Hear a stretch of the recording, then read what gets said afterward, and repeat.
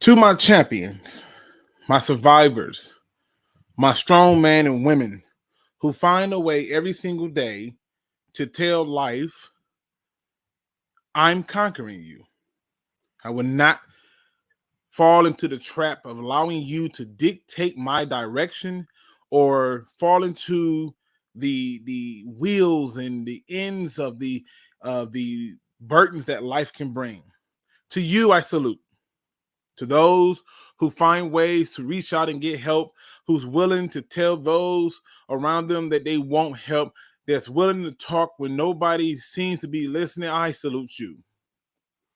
We have a problem that goes unnoticed too many times, and too often it is those people who are suffering in silence that we overlook. We ask people every single day, are you okay? And they give us the same generic response without question. We never, ever ask for more details. Well, tell me something good. If you are somebody who was thinking of committing suicide or you're thinking of harming somebody else, please don't. Your fight to be here has shown many times before that you are more stronger than you ever known. That the battle for you has waged on time in and time out, but you have never wavered in your battle to beat it. I salute you. You don't know it yet, but I do. That this world is so much better with you in it. It's so much more interesting with you in it. And I'm happy to know that you're here.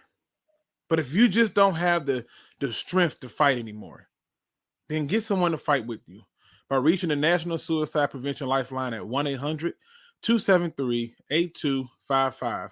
That's 1-800-273-8255. And if you yourself are someone who knows someone who's committed suicide and you just need some help with finding direction and understanding, you too can contact that number. Or you can just reach out to me. A simple message of, we need to talk, will get my attention. All I'm asking is that you keep fighting, is that you keep giving it all that you got, and do something that not only can you live with, but the people who love you can live with, the people that you don't know care about you can live with, your pets you got can live with. Do something that we all can live with and make the call. Let's talk football.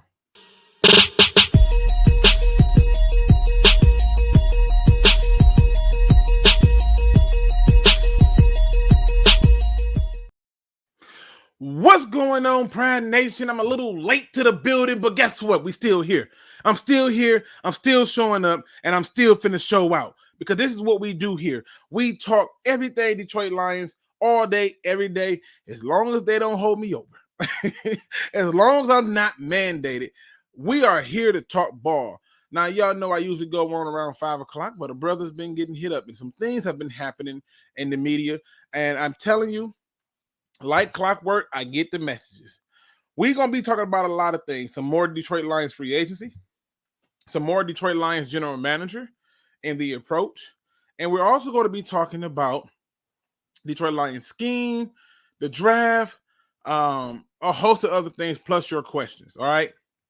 Now, today, I am not rocking alone. This is a good day because he went out and he made an investment in himself. A very good investment.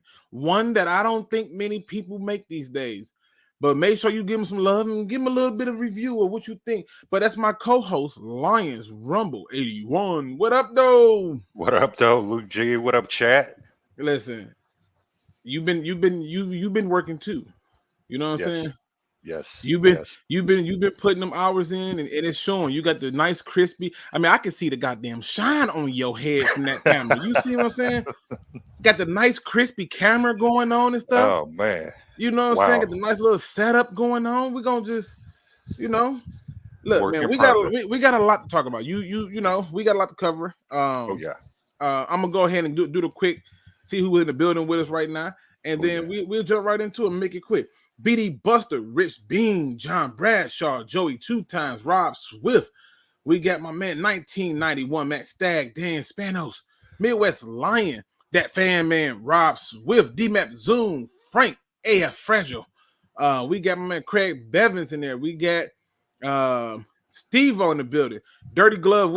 I know he changed his name to Dirty Glove Williams, but it's still dope. It's still dope. I know what the name used to be, but I like Dirty Glove Williams. I'm gonna give him his props. Shout out to him.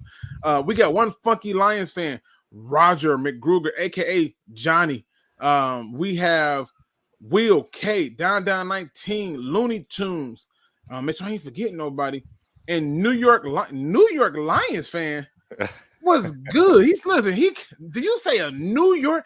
You got like New York got like how many teams? But he in New York like F the Jets, F the Giants. We roaring over here. Shout out to you, sir. What up, though? Welcome to the show, brother.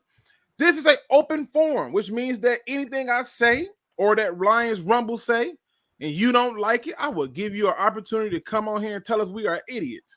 Respectfully, though. Respectfully. It's going to be about having fun. It's going to be about opening your mind up and being able to have the dialogue. We may not agree. We may agree. And we can agree to disagree. But we're going to do it respectfully. That's all I'm saying. Okay? That's all I'm saying. I ain't asked for nothing else. First things first. Rumble. The Detroit Lions have added some more people to the team. Mm-hmm. They have re-signed David Blau. Okay. What are your thoughts on that? I mean, bringing David Blau back? What's up with that? Wow. Obviously, he showed them something either with his character or just with his ability to do whatever it is they're going to ask of him to do. I think it's a smart move because he is familiar with that, with whatever it is they're looking for. So I think it's a safe move. I applaud it. It seemed like it's a team-friendly deal. So that, for what it's worth, is I'm okay with that. Now, here's the thing. I don't think that it has any significance, but I'm going to get right to it after I catch those ones who just popped up in the building. Friendly Neighborhood Spider is in the you see what I just did there? Friendly Neighborhood Spider. I do that every time, even though I'm literally looking at it. Yeah. It's just Friendly Neighborhood Lions fan is in the building. Mars Moon says it's a full moon out. It must be. Shout out to the homie. Marcus Willis showed up in the building. Vash Starwind. He got a good name too, man. I mean, y'all come up with some amazing names for the creativity. Yeah, I know. Now, here's what I'm looking at, people. I am not going to tell you that because they signed David Blau, that quarterback is not an option at number 2. I'm not going to do that. But I'm intrigued at the fact that they brought back both Tim Boyles and that they brought back David Blau. Now, I know that they can cut either one of them or just, keep one. I know that that's all a possibility. I know that this is something that could happen. There's no issues about it, right? Uh-oh, the camera don't went out. Oh, man. It's all good. We can hear you, though. Okay. So, I'm not going to tell you that. What I am going to tell you is this. The idea of bringing back the 2 quarterbacks makes me wonder what kind of games the Lions playing. Because you don't know, nobody knows what the hell they're going to do. I haven't seen one mock draft that's shown a consistency. Not that I really give a shit. And on top of that, I haven't seen anything other than the same like 4 or 5 names. It's so shocking to me at how unpredictable we are. This is some new stuff for the Lions that we don't usually do. And I find this intriguing. Now, I am going to have my say-so on the quarterback talk, right? And I know people ain't going to like it, but we just going to keep it 100. I got a few more people who showed up. I gotta shout the people out. This is about the people. Just Adrian's in the building. My man's JT.Sports. If y'all ain't subscribed to my man's channel, stop playing with me. Stop playing with me. He don't mind the conversation. You want to bring smoke to the building? He's willing to have the conversation. Subscribe to my man's channel. Super Saiyan Lions in the building. Craig Bevins. He says, trust that man Holmes. You know what? That's fair. That's fair. In the mix in the building. Chris Cashball, Psycho Lion fan. Let me see. With Mr. Marcus 42. Make sure I don't forget nobody, man. I'm trying my best to make sure I represent y'all because I think you guys are amazing. Sky Guy, what up though? Sky Guy said he didn't even get a notification. Man, I said everything go quick and hopped in here. I got home late. And let me just have a moment to kind of backpedal. So yesterday, I got off work early because my wife and children got into a car accident. A car accident that was bad enough to deploy all the airbags. And when I got the phone call that they had been in this wreck, I instantly was like zoned out. Nothing else mattered. I had to get there and make sure they was okay. And I got there, and I'm gonna tell you, there's no greater feeling than to see your children and your wife walk away from a car that's totally effed up and run to you. There's no greater feeling. There's no greater power than knowing that I can make that moment matter, and that they were protected enough to walk away from a crash that probably shouldn't have happened because the person who hit them decided that it was more important to see what's on their phone than to drive.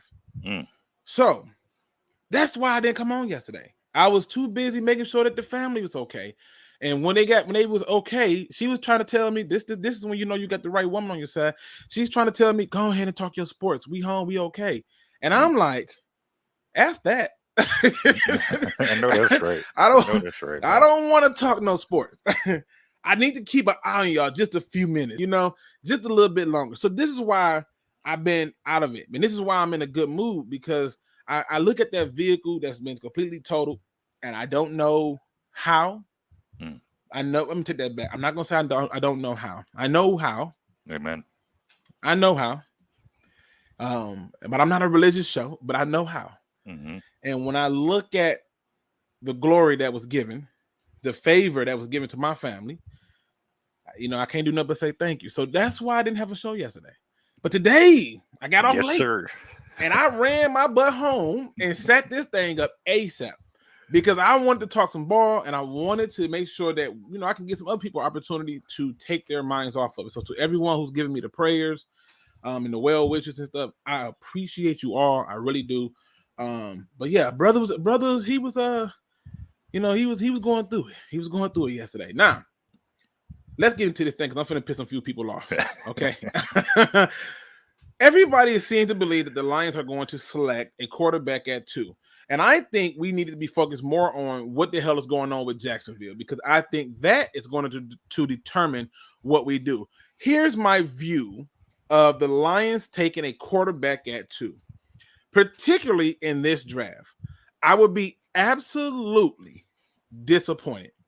I really would, because to me, it's hard for me to wrap my head around the idea that we are able to take a pick that's not going to be on the field this year.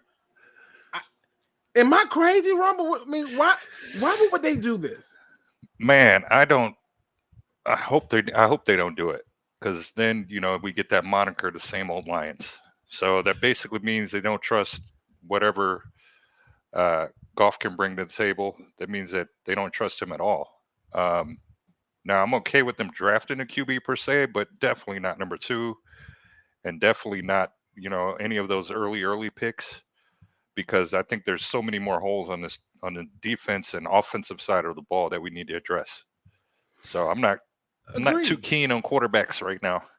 No, I agree with you, because this is my attitude, people. Y'all can disagree with me all you want. I'm not even against the idea of the quarterback, no damn mo. I have relinquished my battle to say no quarterback and no offensive players. I've had a softer stance on that. What I don't have a soft stand on is the idea of taking somebody at 2 who's not going to play. Oh, hell no. And before people started telling me about, well, the 49ers did it. Newsflash, they had their team together. Yeah. Their team is together to make that move. Our team is not. It's just not. I'm not going to say we had a lack of talent, but goddamn, every piece of talent is upgradable. I'm not trying to kill them. I'm just trying to understand. If they take a quarterback at 2, I will be disappointed. I will. Because to me, when you look at the history, it doesn't bode too well for the teams who take the quarterback and let him sit. I mean, how long has Jordan Love been sitting behind Aaron freaking Rodgers? Facts. He still don't look like he's a quarterback. You know what I mean? Facts. Like, it just don't sit well with me, and I'm terrified of it. So it got me to thinking. It really did. It got me to thinking about this quarterback thing, and I'm like, if they do this, I'm disappointed. I'm disappointed. I'll trust what they're doing, but I know he's not starting. He better I not. know he's not getting on the field. No way. And to the people who say, but if we're not getting the quarterback now, when are we going to get it? I don't know if y'all been paying attention, but the best quarterbacks haven't been taken in the top 5. They're in those rounds between 10 on out, and then occasionally you'll get a 5 to 10 area sometimes. But I just would be disappointed. I would be disgusted, and I'll be disappointed. But it's a good point to move into the next question, which is, what is something that the Lions can do at 2 that would make you say, that's a Lions, same old Lion move? Yeah. I want to know what y'all thoughts are in the chat. What is something that the Lions can do at 2, a player that they can draft, where you're going to say to yourself, that's the same old Lions move right there? Like, I really want to know, because I'm telling you right now, the Lions already got Jared Goff, and it looks like they're building the offense to fit Jared Goff, in my opinion. Definitely. To cater. Like, that's what I'm saying. That's what it looks like to me. Maybe I'm tripping. But what is that move that you're gonna look at and be like, that's a same old Lion ass move right there? What is it? I'm just curious. Shout out to my man Lions Lee, who basically keeps the Discord alive for me. Lions Lee is fire, man. That man, I don't know how he do it.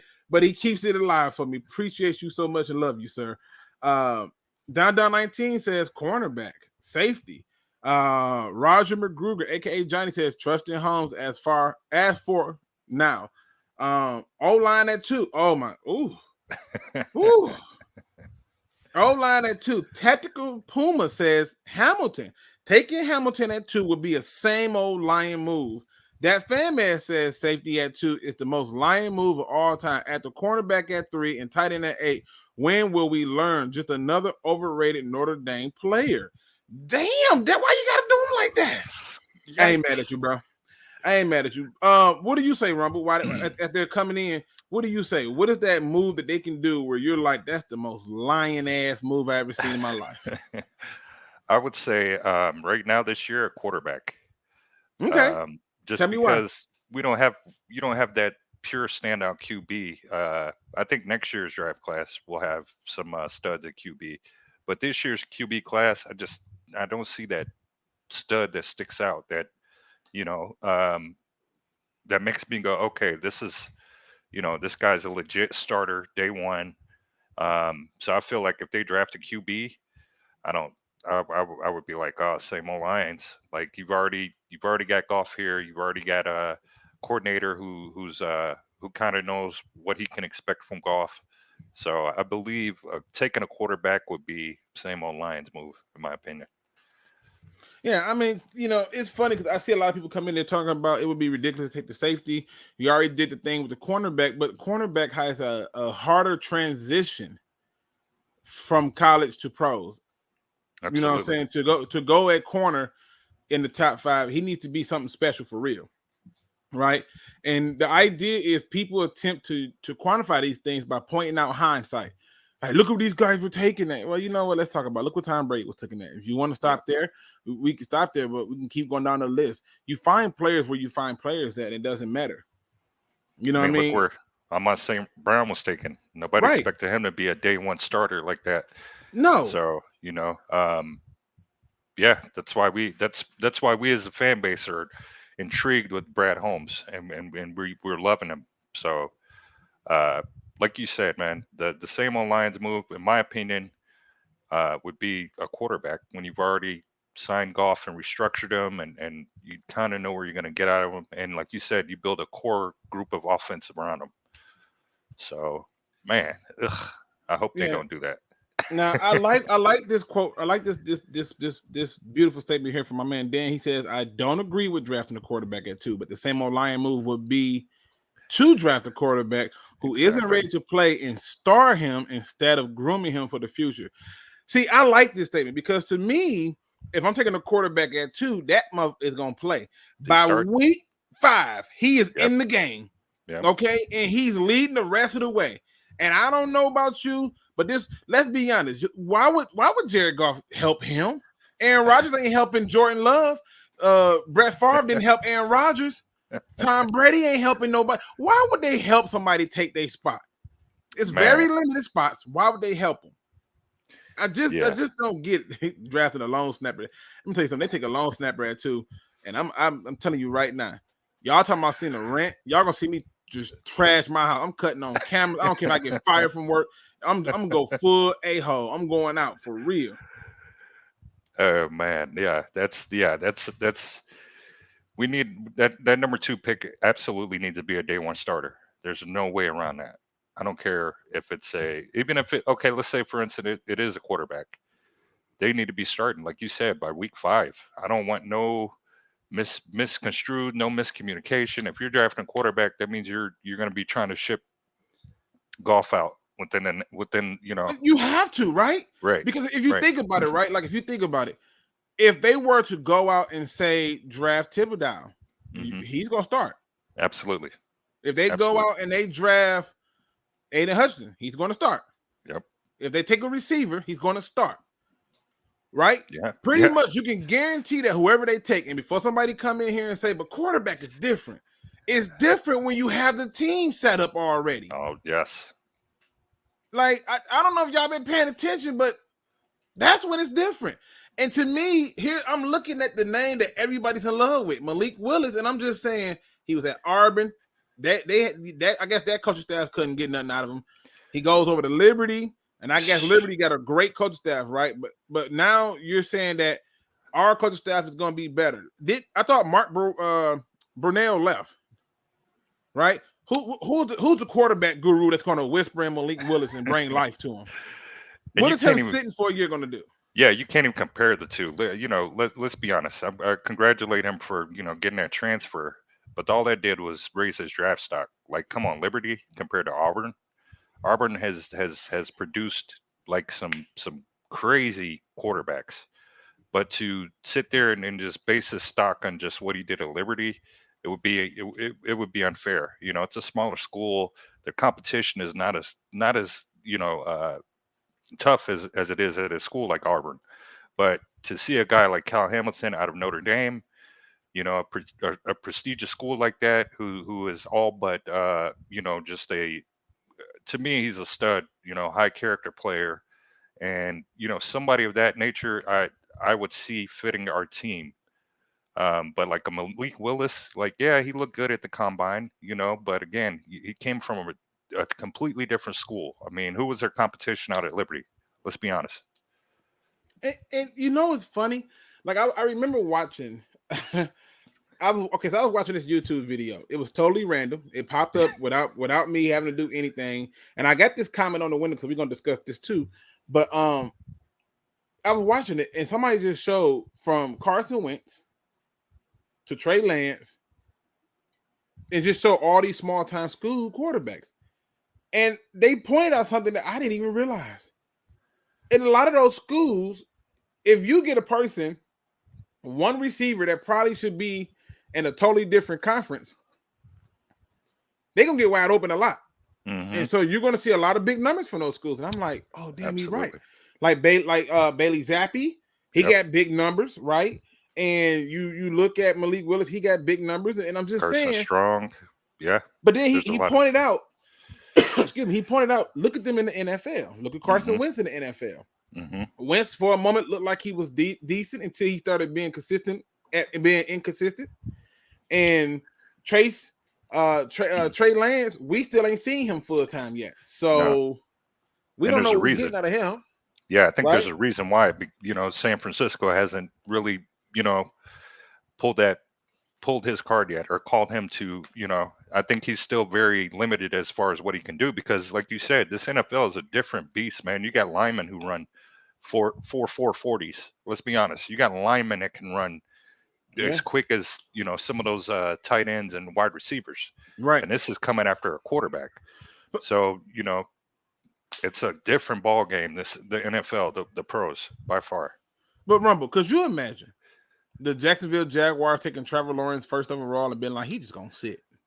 Yeah, Where no. they do that at, bro? Like, I'm serious. Where they do that at? No.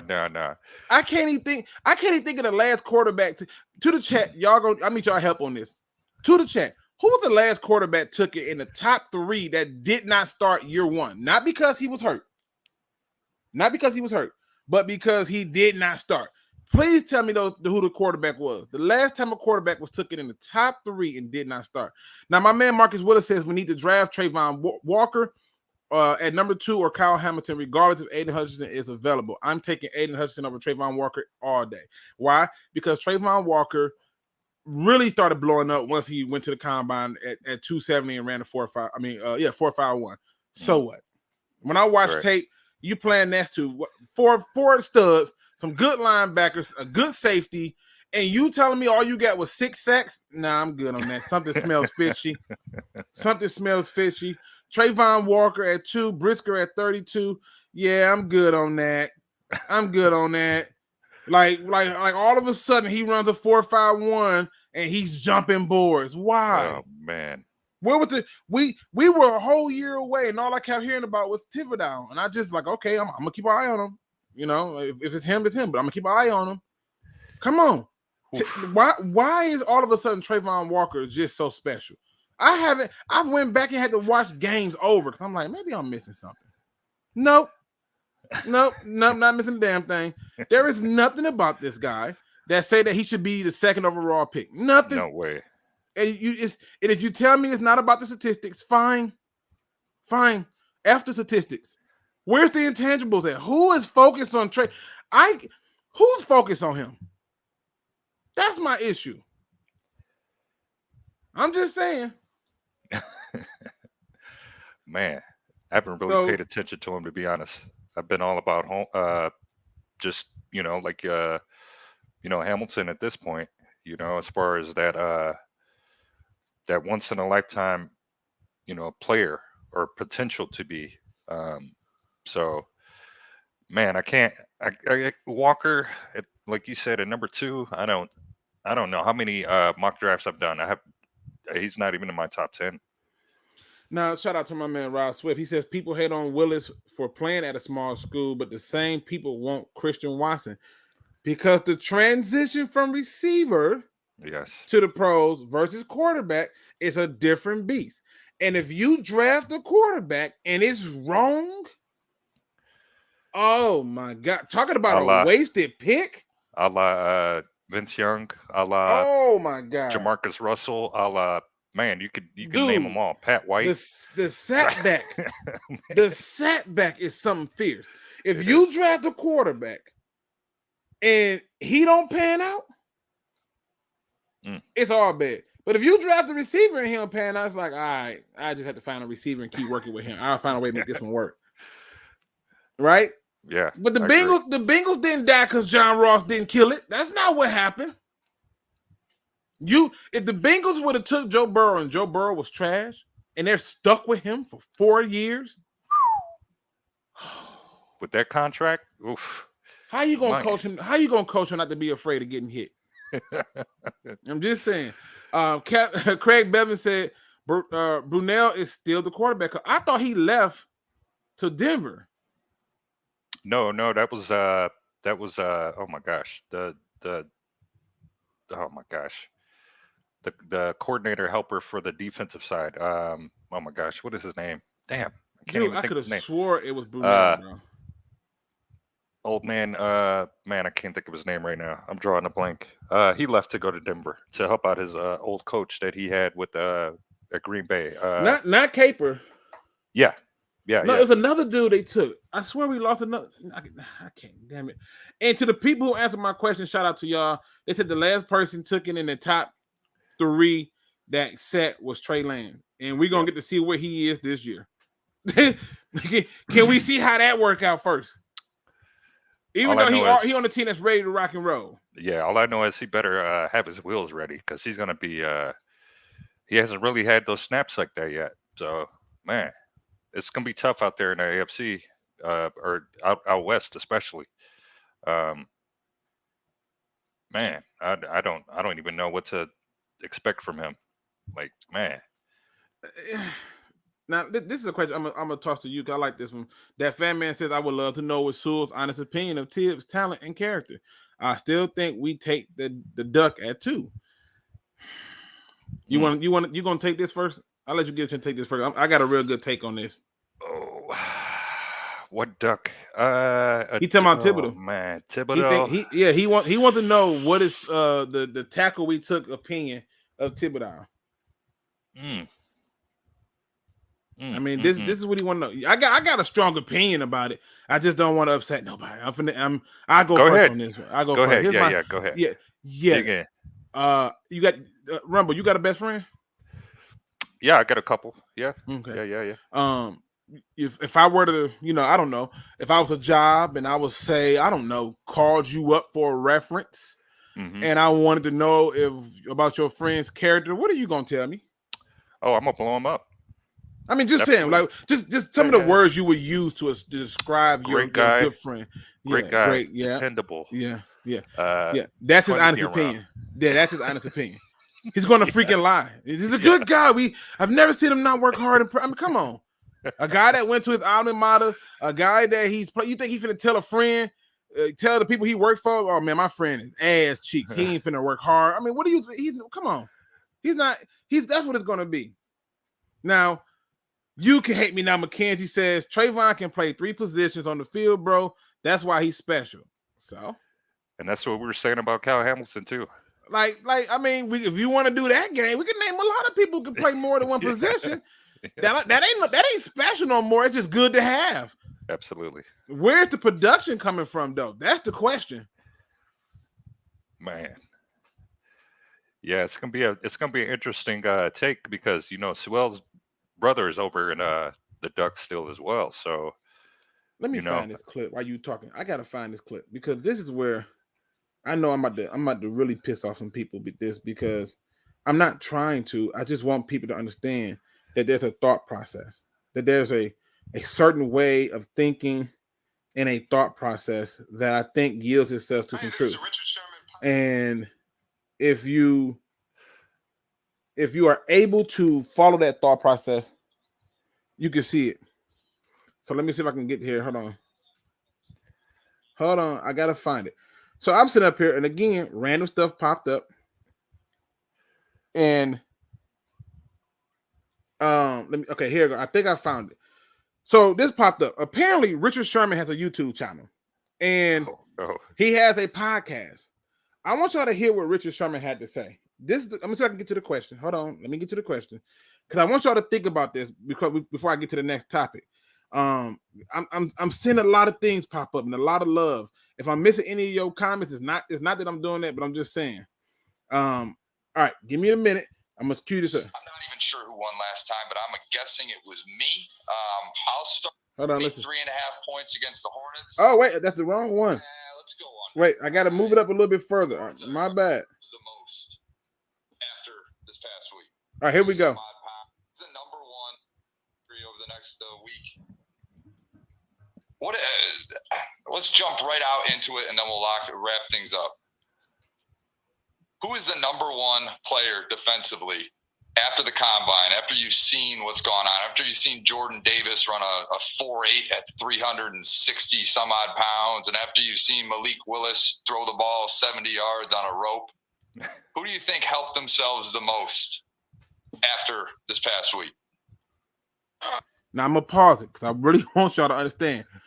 He asked a very specific question, and Richard Sherman is going to answer it.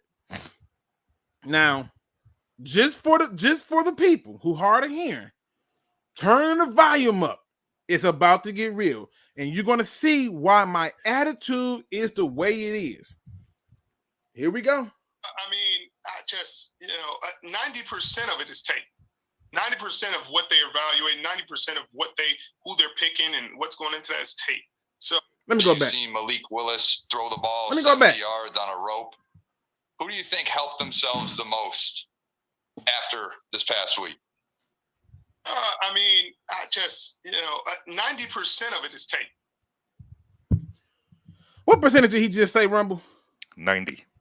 90% of it is tape. This is what football people think. This is how people who play this game are able to evaluate their peers. What I see with my eyes is 100% what I'm going to go by. Absolutely. Now, Tactical Puma says a DB likes another DB. Color me shocked. I just want you to hear what he's going to say. That's not the end of it. I just wanted you to hear. He's going off of 90% of it being tape. Let's go. 90% of what they evaluate, 90% of who they're picking and what's going into that is tape. So I don't put a lot of stock into the combine like that. Rumble, you know who else said they don't give a shit about the combine? Thibodeau. No. Well, we know he said he didn't give a shit about it. It was a long day. We know he don't give a shit about it. But I'm talking about who is the person that's been saying he can care less about the combine? What did the tape say? Who's that guy? That guy that you happen to be standing next to, or I ain't gonna say standing next, but the guy that you are on screen with next. That guy that's talking right now. Did you ever hear that guy say, I can care less about what the hell the tape say? Yep. Okay, let me let Richard finish talking. Yep. Let him finish talking. Obviously, the guys that you just mentioned helped themselves tremendously. I think Kyle Hamilton might have, who knows? You know what I mean? He ran 4.6. People were expecting him to run closer to 4.4, 4.3. They were expecting him top 5 before the combine, and he might have hurt himself in the combine. But at the end of the day, when you turn on tape, he plays fast. What about Kenny Pickett with the 8.5-inch tans and Aiden Hutchinson with the 32-inch arms and saying, no one has had that short of arms in the last 15 years to be drafted, inside Joe Burrow of had 9-inch hands, and they took him 1, and he just went to the Super Bowl. Mm-hmm. So, I mean, I hear it, but it's just something to talk about. It's something that's feeding the NFL media machine. I hear you. What does the tape look like? Sure. What does Pickett's tape look like? Does his tape look the part? Can he play? Okay, I don't care how big his hands are. They use all these weird measurables and oh man, I'm sure there's guys with 10-inch hands who can't play. Mm-hmm. Oh, talk to you. See when I do this, I'm Patty. When I do this, I don't know football, right? When I get to bringing up this kind of stuff and say I watch games as if I'm preparing to play the game, I'm crazy. And Sherman's, we all know what school he came from. I mean, Dude's intelligent. He's not stupid. He says some stupid shit. He's not stupid. Far from stupid. SpeakEZ says, what audio is that? This is the Richard Sherman podcast. And if you're looking for the exact title of this video, shout out to them. It's literally Richard Sherman. That's the YouTube channel. And it's Richard Sherman podcast breaking down the Russell Wilson trade and Aaron Rodgers extension. And it's giving you all these different little things. And he's just showing people that he can care less about some damn combine. He can care less. What do the tape show? Because when I hear this talk about Trayvon Walker, the other damn Walker is better from what I seen on tape. When I hear, take Jordan Davis, to do what? With Aleem McNeil already do, but he's bigger, Luke. So what? Take him at 2 to do what? Right. We know what we can get out of Aleem McNeil. Now, so yeah. Now, Rumble, Easy can't believe that's you. All right, Easy. What's up, brother? He can't believe that's you. Love you, dog.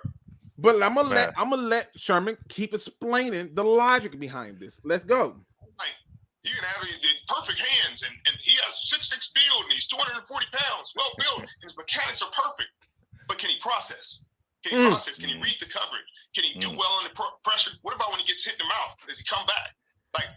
Those are things. The intangibles are the things that make the difference in football players. Fact. And I think that's what teams are looking at studying more than this combine stuff. I mean, it's something for the fans to talk about. It's something to entertain people. That's why they put it on TV. Didn't I say these exact words? I don't know, Richard, but didn't I say these exact words? That all this stuff is for the fantasy football stat nerds and all them people who care. I don't care about that stuff. I keep telling people I'm looking for intangibles. Everybody want to talk about what Sue didn't do this and Sue. What are you talking about? He makes people around him better in real time. Aaron Donald will never, ever again in his career have 20-something sacks. It'll never happen. He did that with Sue next to him. Mm-hmm. That changes the outcomes of things, the intangibles. I don't care what he ran. I don't care, if he's 6'8" and he's 700 pounds and he ran a 5 flat. What a monster. But when I put on tape, little old 5'8" Mighty Mouse over here beating his brakes off. Or he gets chipped by a running back. I mean, seriously. When I show people, this is why I ain't dropped no film studies yet. Because I get tired of trying to show this to have people go, what about this, Luke? And show this game. And then I show that game. And well, was you leaving out there? I go through every snap, and I show you the good, the bad, and the ugly. I do it that way to be unbiased. Yeah. But I'll let the NFL player say it. I don't know shit. Let me let him finish. But at the end of the day, a lot of these decisions are made. I don't think Sauce Gardner running high 4.4s, low 4.5s matters to any team that was thinking about picking him up. Unless he would have ran 4.7, 4.8, what do you run? All right, perfect, cool. Yep. Like, it's not going to change their opinion, though.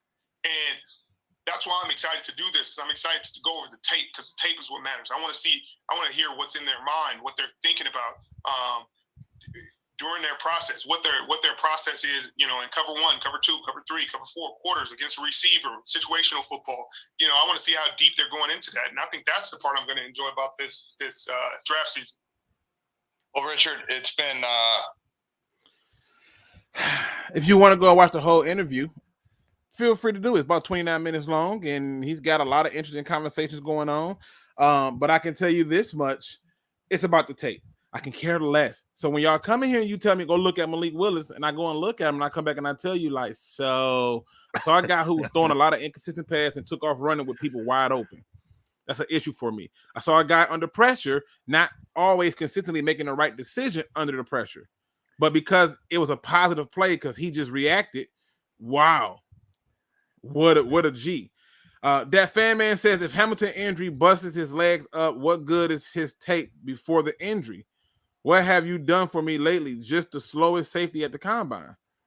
No one cares about the combine. That's the problem. Yeah, the combine is a glorified it's like a glorified drill, to be honest. Dude. And plus you got to look at this. Certain positions, if they get if you get a guy that hurts his legs, right, in safety, he's already at safety. And I can show you a bunch of safety who's had major leg injuries and still been able to perform. Facts. Like James, he's not freaking fast. Cam Chancellor hurt his legs and wasn't fast. He still performed. Yeah. Like, I ain't trying to be funny, but it happens. Yeah, it's about those intangibles. It's about seeing the play before it happens. It's about knowing where to be at. It's about knowing where to put your hands in case that person does catch the ball, so you can knock it out. And we saw that with, like you said, Cam Chancellor. He wasn't the fastest, but, that play against Megatron, that was a guaranteed touchdown. And he had the mindset to punch the ball out. It's those things that we're looking for. Your ability not to give up on a play, even though you're beat. He caught the ball, and he was well on his way into the end zone, and he was able to punch it out. You know one of the most famous injured leg stories that I always look back on, where you talking about like an ankle to leg injury? Terrell Owens. You tell me he looked like he had a problem in that Super Bowl. Play certain positions. I don't care. I don't care. I'm just pointing out to you, the people, think about this draft. If you're talking about the Lions making the same old Lions move, for me, it's reaching for a player who's a project. And I don't care who the player is. I don't got to name anybody. If you take Aiden Hutchinson and I got to teach Aiden Hutchinson the basics, that's too much. He's not a second overall pick. Yeah, you shouldn't have to teach him technique or where to position himself. Yeah, he should be an instant starter. I mean, that's what we want right now, especially with number 2. He should be an instant starter. Easy says Sherman wasn't fast and performed at DB. Absolutely. You wonder why he think the combine is ridiculous. Absolutely. What did my tape show? Right? Like I'm not making it hard for y'all. I'm just showing y'all some things. Right? That fan man says he got hurt. That Hamilton got hurt against USC. and Hamilton wouldn't be able to return until December 4th. That's not true. He chose to set out. He chose. Yeah, he did. He chose to. At that point, he didn't see no need to keep going. That's money at the bank if he go and get hurt again. So he immediately started rehab. He immediately started working. Immediately started training mentally. Probably was watching film too, and just preparing himself for, his next step. So I give my hats off to him. He said it too. He's like, this bowl game kind of doesn't matter. You know what I mean? He was just being honest, like you said. He didn't want to hurt his draft stock, but he know there's a lot riding on him, and tip my hat off to him. Yeah, I mean, now let me switch gears because DJ Chuck. Why the hell I keep saying this man's name wrong? DJ Shark. Okay, There we go. I'm gonna get it together. Y'all don't know it. I'm working on myself. Okay, don't sleep on me just yet. I'm working on myself. Y'all know I suck with that. I'm gonna tell y'all something. This is a true story. This happened today at work. I had a client come to me. Right, his last name was spelt BILOVIN. BILOVIN.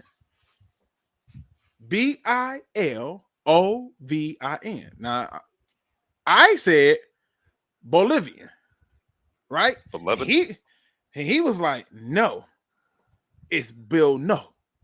I said, what? And he says it's Bosnia. And I said, what? Okay. When I tell you I will botch your damn name, it could be simply John Smith. You getting this work. Just accept it. You getting the John Smith work. I'm going to mess your name up. Just accept it. That man was mad as hell at me. Like, what did you just call me? Oh, man. You know what I'm saying? You know that skit with my man Keys where he was like Balaki for Blake Balaki. Aaron. Aaron. Yeah, I was doing that kind of thing. Boshing they goddamn names to high heaven. Hey, easy. Can you jump in? I want to talk to you, brother. Let me know if you can get in. But yeah, I was bossing the shit out their damn name. Hey. All right. Hey, I love this debate here in the chat, though.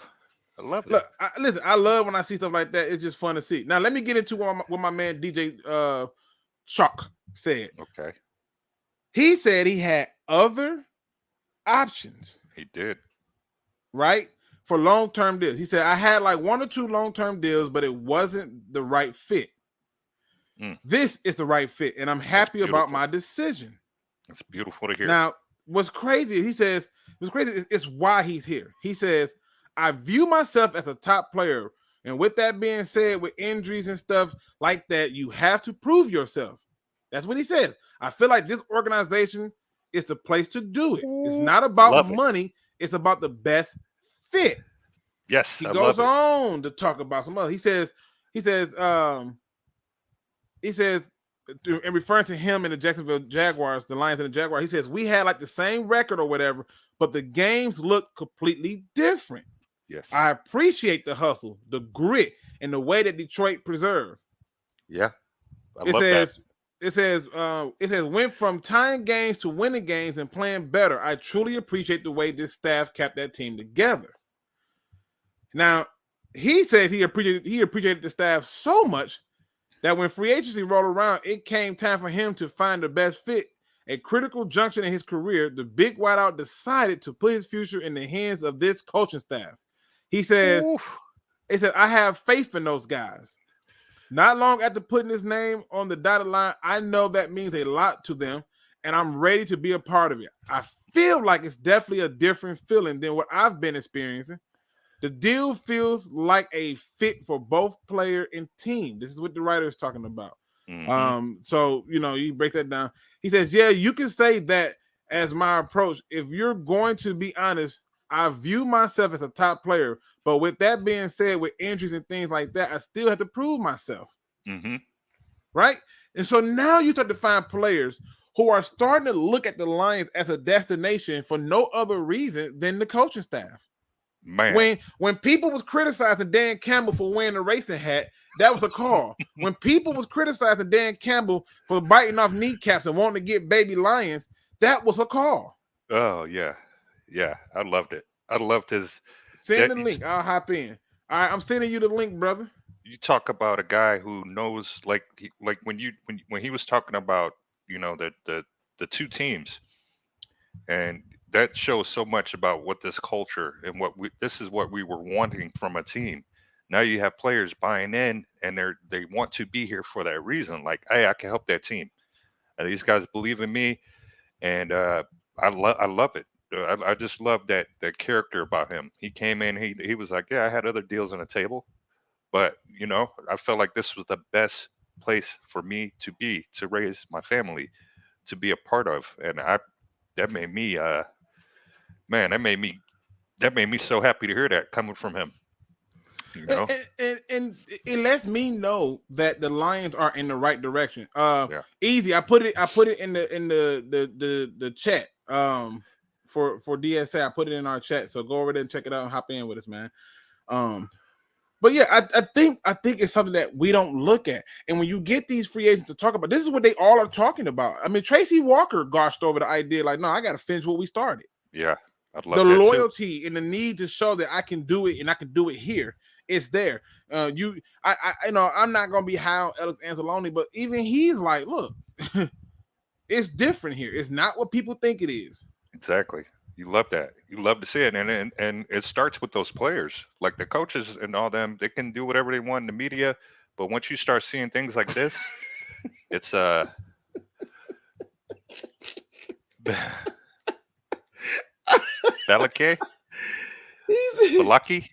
Balake.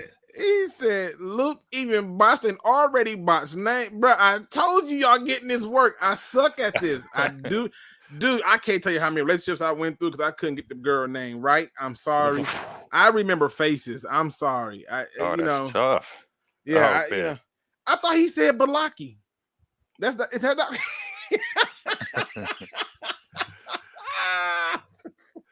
My bad. I'm sorry.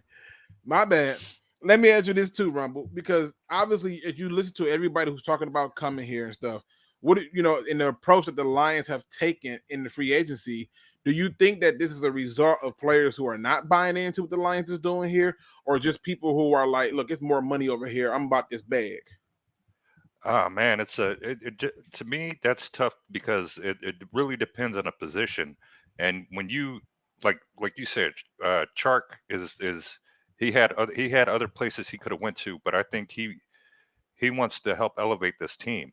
Like, it takes a different type of player to want to be a part of that process. Some people, like you said, they already want to go to a winning organization, and those tend to be your veterans who haven't experienced that playoff. The players that have been here 10, 12 years.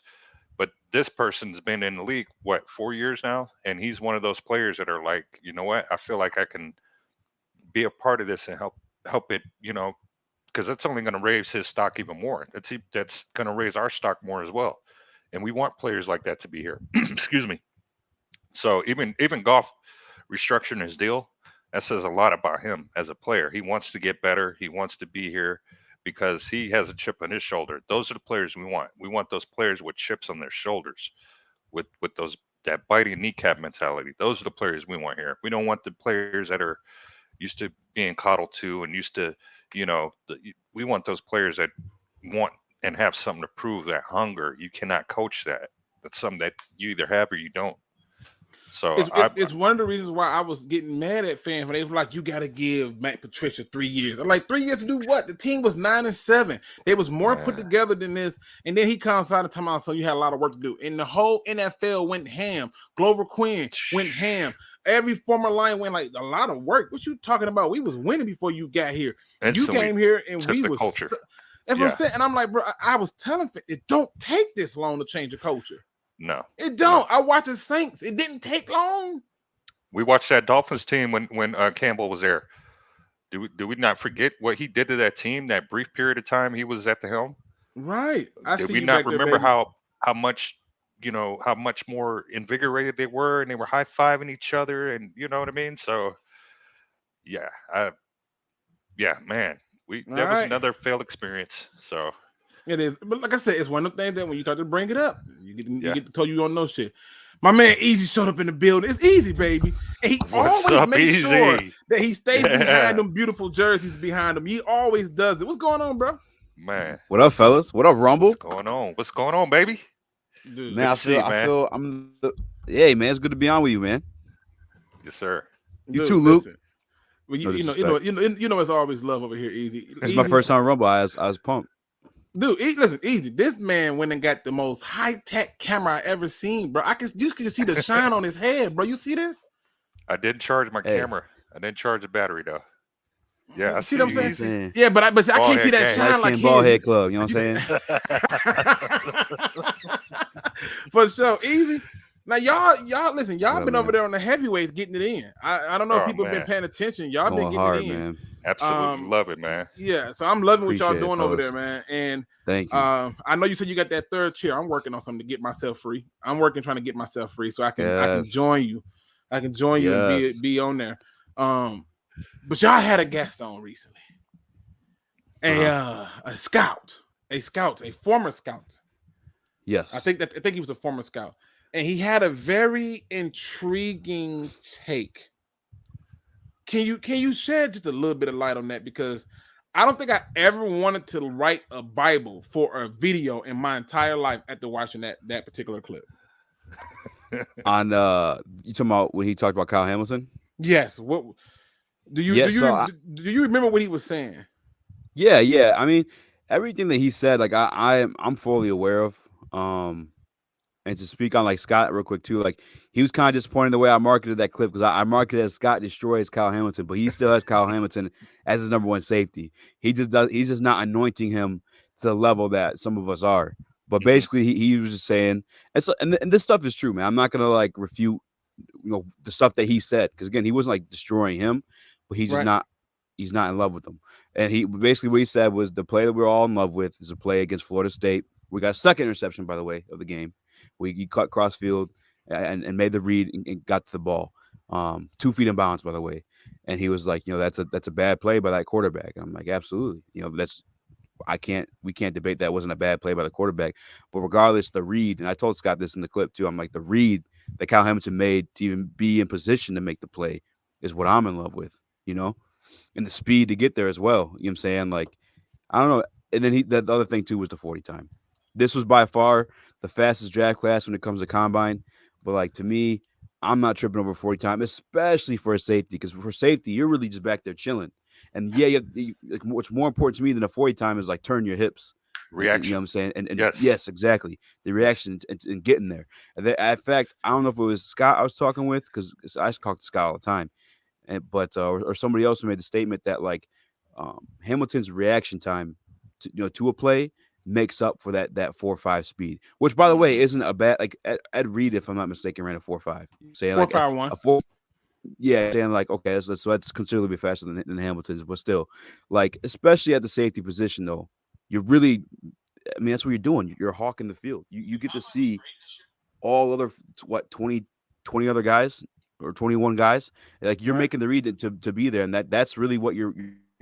I mean, speed's nice to have at every position, but throughout the history of the game, not everybody's had speed. I mean, we talk about. I'm sorry if I'm rambling. I'm just. Not do you think? I'm going in, but no, listen. I'm listening, bro, because I'm gonna play some of it so the people can know what we're talking about, and kind of get an idea what he was saying, because some of the things that he was pointing out for me was all combine based. I wasn't hearing. I wasn't hearing him say too much. I mean, when he talked about the tape, it was like, yeah, he does this really good on the tape, and I'm like, that's all that fucking matters. I don't care. Don't care about I don't care. Like so he ran. He didn't run as fast as people thought, but I didn't care. So the other thing that he pointed out when he said that, he's not what everybody's trying to glorify him out to be and stuff like that. And I'm like thinking to myself, like, no, it wasn't just that interception that got my attention. It was the Purdue game where I'm like, y'all just gonna act like y'all don't see him. They were just avoiding his ass. Like, no, we don't want the ball over there. It was a game against Alabama where I'm watching him in real time, like close in. I'm like, how is he making that play? There's no way he should be making that play. I watched this morning. I had to drop off my son at my mom's house, and we had a little extra time. My mom wasn't up, so he boys just chilling in the driveway. So I started watching this tape against Wisconsin because I want to look at the tape of Brisker versus Wisconsin, and then Hamilton against Wisconsin because that's a common opponent. And obviously Brisker's like the second highest guy for most people. And like there was one play they tried making to the tight end in the beginning of the game, and Hamilton shut it down. And after that, just like the Purdue game, you said, Luke, they weren't throwing his way. I mean, there were times where like they probably could have maybe try to shoot it out his way, but it just wasn't even worth it. They just weren't like, we're not going to mess with that man over there. It's quite evident. Yeah, Lions Lee, shout out to the big homie. He says Lions just signed tight end Garrett Griffin from the Saints. No clue who he is. That name not even ringing a bell for me. The hell? It's Garrett funny you Griffin? we video. Yeah, might just wait till you guys to see it tomorrow actually. But it's similar to that signing that I just made. We went out about man on the street video interviewing people. Me and Spence, my fellow heavyweight, and we were like asking people, you know, did you hear the Lions just signed so and so? But it'd be totally fake, made up names. Hey, listen, bro, I can't wait for it. Like I said, I can't watch y'all videos at work. I'm gonna get in all kind of trouble. I'd be dying laughing at it.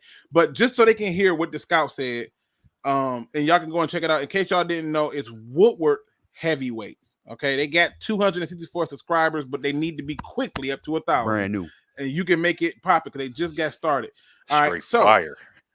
Straight fire. Okay, let me let y'all hear what he said on the Woodward Heavyweights. Great this year. It was really interesting to see how fast everybody was. Yeah, except for Kyle Hamilton. Except for one guy, and it the really whole class was fast. Except for Kyle Hamilton. So it brings up a question about his pro day still. All right, he does, but I don't know why does everybody run so fast? And I'm not saying he had a bad combine because he had a really good combine. He's got really good measurables and all that stuff, but he did not look like the super rare guy that everybody thought he would. He just didn't. And so there are questions. And then you look at the splash plays with him on film. And some of those are, there's a play he makes against Florida State where the Florida State quarterback rolls out of the pocket and throws like a lollipop punt. And Hamilton's lined up on the far hash and he sees it, diagnoses it, rolls to the middle of the field. And then as the quarterback rolls out, he runs to the sideline and he picks off the pass. Such a sexy And it's play. a nice play. Such a sexy play. It is. But I would ask you to rewatch that play and look at the throw that the quarterback did. And Now, fair enough. You did come with a great response. Yep. But when I heard that, my blood got boiling. You know what I mean? Because for me, you're downplaying the play. You want to talk about a bad throw? We can talk about the throw that Stafford threw and the safety didn't catch it. That motherfucker came from the other hash of the field to catch that ball. Not once. How dare you talk about Matthew Stafford? But I'm just saying, we can go down the list on we can go down the list on people that didn't make that catch and wasn't in position to make it. Yeah. Like, I don't care how bad of a pass it was. They weren't even in position to make it. And who says the wide receiver catches it? I'm just saying. Yeah. The wide receiver might not have been able to catch it. and for me too, like the whole thing in this entire draft, when any name that anybody says, like I'm not mad at it. I can connect the dots on anything. Like I know Luke, you get upset the Jordan Davis stuff, but I can even connect the dots on that because you talking to Scott, talking to everybody you see on TV. Everyone's telling you this is a weak draft class. Like Aiden Hutchinson isn't a Myles Garrett. Nope. He isn't Chase Young. Nope. You know what I'm saying? Like he's not that. So like if you're gonna take a shot on somebody, He's not a JJ Watts. No, he's not none of that. And he's not projected to be. You know what I'm saying? So like everyone's hyping him up because he's there, but this is a weak class. Like the difference between Aiden Hutchinson and Mafe isn't a big one. In fact, Mafe may even have a higher ceiling. In some opinion, like obviously we don't know what's going to happen with these guys' careers, but like if the verdict is majority saying, hey, this isn't a strong draft class, then you're allowed to take a shot on the one guy you think is going to be a stud. It doesn't make a difference to me, especially again, if Mafe is going to be there at 32, I'll grab him for sure. And I won't feel guilty about it because I feel like his ceiling might be just as high, if not higher than Hutchinson. Like this is the draft to do it, man, in my opinion. Even if like I said, even Jordan Davis, I can connect the dots. If you think someone's going to be special, take them. Willis, Davis, Hamilton. I'm not sold on Hutchinson being something that we can't miss out on. You know what I'm saying? Right. And Rumble's been on the Hamilton train for a while too. But for me, I've taken a softer stance. I was just like, at 2, I'm not taking a guy who's not a starter. It's just period for me. You don't start, I'm not taking you at 2. If you ain't coming in here giving me immediate impact and help to this squad, why am I taking you at 2? We don't have the luxury to let a guy sit or not start that's going at 2. And if you think about it, as I pointed out earlier, if we draft somebody at 2, if we took Mafi, we're going. If they took Mafi at 2 and said we want to let him sit, let him grow, they would be crucified. Same on lines. That's what we talked about earlier. if they were to take Calvin Johnson 2.0 and said he's going to sit for the first year, they'll burn down Ford Field. And so now, but it's a quarterback and it's different. Yeah, it is different. He ain't ready. He's a project. And if you're taking the guy at 2, he needs to be on the field. I don't care who it is at this point. They got to be on the goddamn field. That's how I look at it. You know what I mean? That's how I look at it. Quarterbacks will understand, like you consider QB though. If you truly think Will's gonna be something special, I'm cool with you sitting him. In fact, he's gonna have to sit either way, no matter who we take, because we have Goff. We're paying him $30 million this year. Yeah, I could just connect the dots for anything though. Like I'm not heartbroken. No one should be heartbroken on missing out on Aiden Hutchinson. Like the 32-inch arms is not a big deal. Nope. Because like there are, I mean, I don't know how you want to look at it, but if you look at the sack leaders in the past 5 years, even going back to last year, the only guys in that group, I'm talking about the past 5 years, with 32-inch arms is Aaron Donald and Trey Hendrickson. So it's not a common trait of elite pass edge rushers. You know what I'm saying? So like, and I'm not saying that's make it break it. You know what I'm saying? You have the tape too. Obviously, Luke, you and I went over some tape where we saw some benefits of play. The leak, I feel like I saw Hutchinson was against Western Michigan. That's Western Michigan, though. You know what I'm saying? Like, no disrespect, but yeah. Don't be doing my Broncos like that. Yeah, man. You know, we with the whole team around, and again, Rumble has been on top of it. But my view was simply this, and I asked this question earlier too, because like I said, I saw y'all video. I wanted to kind of promote. I wanted the people to know what's going on. Let me see if I can find it. So I can go back and bring it up, because I ain't gonna lie to y'all. I had to watch this. I can't watch. I gotta watch this at home. My ass be laughing too much. Yeah, you can't help but do that. Yeah, you talking about some pure entertaining ignorance that you're going to enjoy. It's like what we thinking, but they actually say it on there. I love it. They don't really give it. Listen, they'll say some stuff, and when they disagree, when it's a small disagreement, I've noticed Easy will have like a quick response, and you'll think it'd be the end of it. Spencer be like, yeah, I mean, yeah, if that's what it really was, but we know it's different. I'd be like, it's so funny and entertaining, and I enjoy every bit of it. And so, I want to make sure I give them the flowers. So here's the channel. Let me go ahead. I gotta put the link in there. I need y'all help. This needs to be pushed. This agenda needs to happen. Absolutely. Because it's so freaking entertaining, and I'm telling y'all, it's so much fun to watch. Today, if you click videos, we actually just dropped. I actually put it out early, but we got a podcast with Terry Foster. We dropped today, and this is actually the first episode that I'm praying my girl or her family don't listen to, because we did say some bad shit. I'm gonna pin it in the chat for a few minutes for people to go and subscribe to the channel. To give y'all a few minutes to subscribe to the channel before I give y'all a chance to come in and give us some questions and give us y'all views. But I have to do it because, like I said, I enjoy the hell out of it. And, why is my bell not lit up? You know what? It's weird. When you do something on your phone, it don't come up the same on the computer. But whatever. But my bell is lit. I be laughing at them. I be laughing, bro. When I get that little notification, I be dying, bro.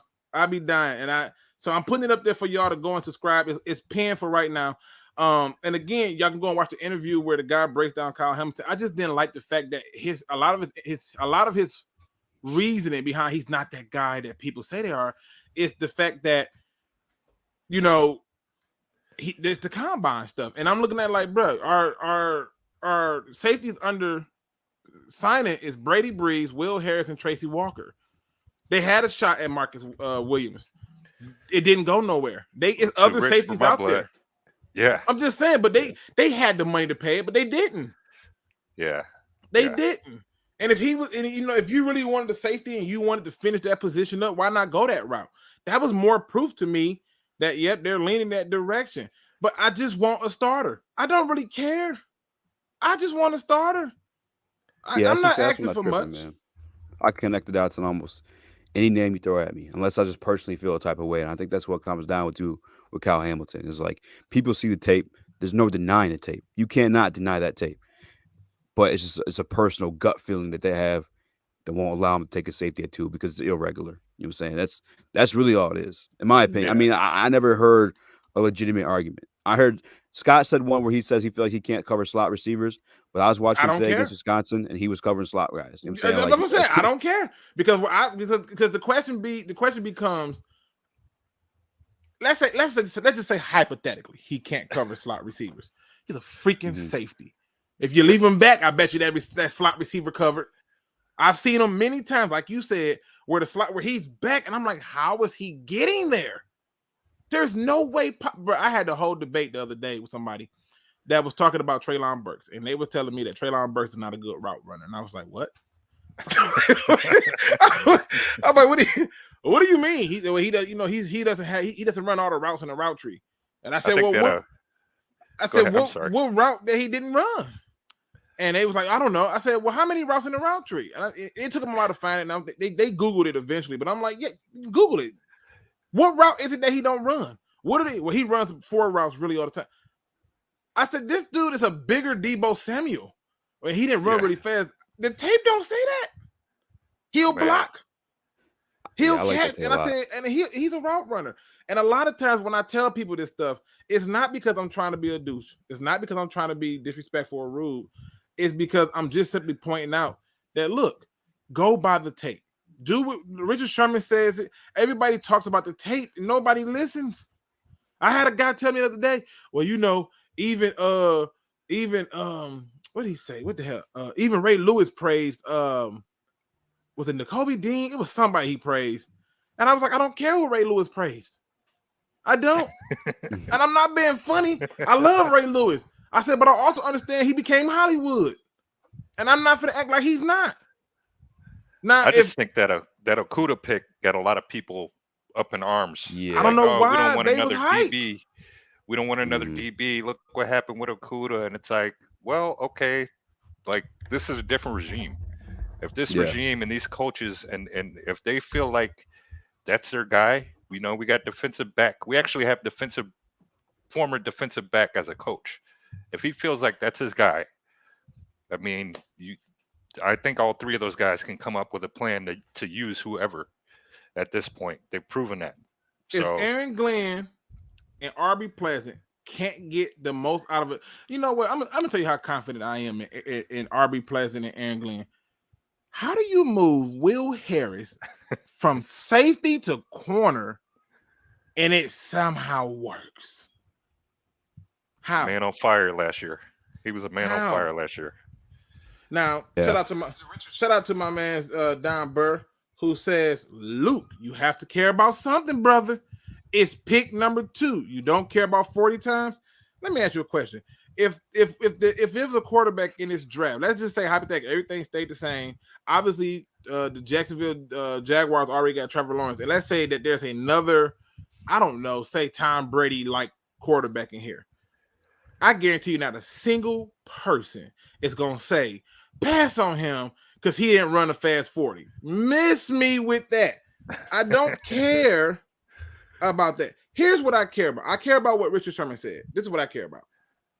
This is what it is. Aiden Hutchinson with the 32-inch arms and saying, no one has had that short of arms in the last 15 years to be drafted, inside Joe of Burrow had 9-inch hands, and they took him 1, and he just went to the Super Bowl. Mm-hmm. So, I mean, I hear it, but it's just something to talk about. It's something that's feeding the NFL media machine. Like, I hear you. What does the tape look like? Sure. What does Pickett's tape look like? I don't care. What I see on film is what I'm going to believe. Go ahead. Sherman's a prime example of that, bro. Like I said in the comments earlier, you're good. It glitched out for some reason. I didn't know you were talking. I apologize. But no, I would say Sherman's like the prime example of that. Like, he was not an athletic specimen at all whatsoever. But guess what? He ended up being in the right system with good coaches. The best cornerback in the league. I mean, obviously, Darrelle Revis is there too. Obviously, you had that argument as well. And actually, Darrelle Revis was better than him. But Sherman, nonetheless, very, very successful career. In his underwear in the combine, not that successful. You know what I'm saying? It's just, and then to the Okuda thing too is like, put on the tape of Jeff Okuda, and then put on tape of Kyle Hamilton, and tell me who looked better to you. It's Hamilton, night and day. It's not even close. Oof, that's tough. Listen, I saw another comment. I agree. That's college tape. I saw another comment that blew my mind. I'm agreeing with you. I saw another comment that blew my mind where somebody was saying like, he was like, Luke, why is you so hype on Brandon Smith, man? He's not that good. If he was so good, Nakobe Dean is the answer. And I'm like, that dude tore a pectoral muscle and something I forgot with a bicep and a pectoral muscle. They had a pro day. He refused to run. Why? Because he said, hey, they gonna have to know how I run from the tape. Because all he know that running ain't gonna do nothing but mess up his money, right? Yeah. And the reality is, I don't hear a single fan complaining about it. I don't hear nobody tripping about it. I ain't seen nobody get hyped and say, oh, why he ain't run. But I just don't think that we should be so focused on those numbers that don't matter. I'm telling you, like, John Ross was the fastest receiver and player in NFL history. I did not see it on the NFL film. It didn't show up. And that's the scary part. Devontae Adams to the Raiders. Dude, listen. What? Devontae Adams just signed with the Raiders. What? New contract worth $141 million. I'm mad as hell, bro. Whoa. I am mad. Listen. We're going to sidebar. We're going to table that other one. We're going to sidebar for a minute. All right. Did you just tell me that the receiver, Devontae Adams, from the Green Bay Packers, the most sick route runner out there, has signed with the Las Vegas Raiders? Yep. At a quarterback salary, $28 million per year. Wow. Average annual salary. Oh, I'm so freaking pissed. To be fair, though, so pissed. How does that work if he didn't with the franchise tag and everything like that? Wow. He never signed it. And what probably ended up happening was they quietly told him then seek another deal. And I tried to explain to people who like to hype up Aaron Rodgers and stuff. I tried to explain to them what he just did ruined that team. If he got that, and you look at what my man got, $18 million in Christian Kirk, and then you start to look at these other receivers getting paid, you know he won at least $28 million. Then they released Zadarius Smith. They re-signed and restructured all these other deals. He literally just set himself up. And all I keep hearing is he's a bad man. He's making these receivers. Well, I want to see you make some more. Adams made he's going to. But Adams was good. Yeah. Man, he and Derek Carr, former college teammates. So there's that as well. He got another one. Allen Robinson signs a deal with the Rams, 3 years, $46.5 million. And the Lions wanted that. I'm not saying the Lions would have paid $46.5 million. I think they would have paid more. He wasn't giving no hometown discount. Yeah, no, we would have. Yeah, we wouldn't have paid him more. You know what I'm saying? I'm not in the business of paying receivers. They're incredible athletes. And I work with one with Braylon, but bruh, no offense, but come on, bro. Every year, stop me if you heard this before. This is a strong receiver class. You're every damn year. It's because receivers come a dime a dozen. They do. Look at OBJ, man. OBJ. He had a 3-4 year, you could say maybe 5-year ceiling, and injuries, man. It's tough. It's tough for a wide receiver. The Eagles released Fletcher Cox. Luke, this is a family show. I'm just. Oh man, you're right. My bad. You was right about that. Oh my god. It's a family show. Again, this is what you're gonna get when you go and check him out and you checking out what they're doing over there on the heavyweights. How quick he thought of that, I would have never came up with that quick. It is so spontaneous, right on time. I appreciate everyone who did subscribe to. I see you guys in the comment section. That honestly means a lot. Listen, dude, I laugh so much at you, but I was trying to post as many videos as I can. It's just I can't watch you at work. I have to get all the way in the car and be driving somewhere, and even still, I'd be damn near about to crash, laughing dude, what the hell? What? What did he just say? So just I love what y'all doing. David Blau, a 1-year deal, $1.35 million. And then that's on top of them signing Garrett Griffin, who played under head coach Dan Campbell with the Saints. The Packers are trying to help solve some problems. They need prayer. We're not going to worry about that. But the Lions, former Lions linebacker Jalen Reeve-Maben signed with the Houston Texans, a 2-year, $7.5 million deal. There's going to be a lot of Lions fans going, we could have paid that. The hell we could. Hell no. The hell we could. All due respect to him. Hell no. Nah, go get your bag, buddy.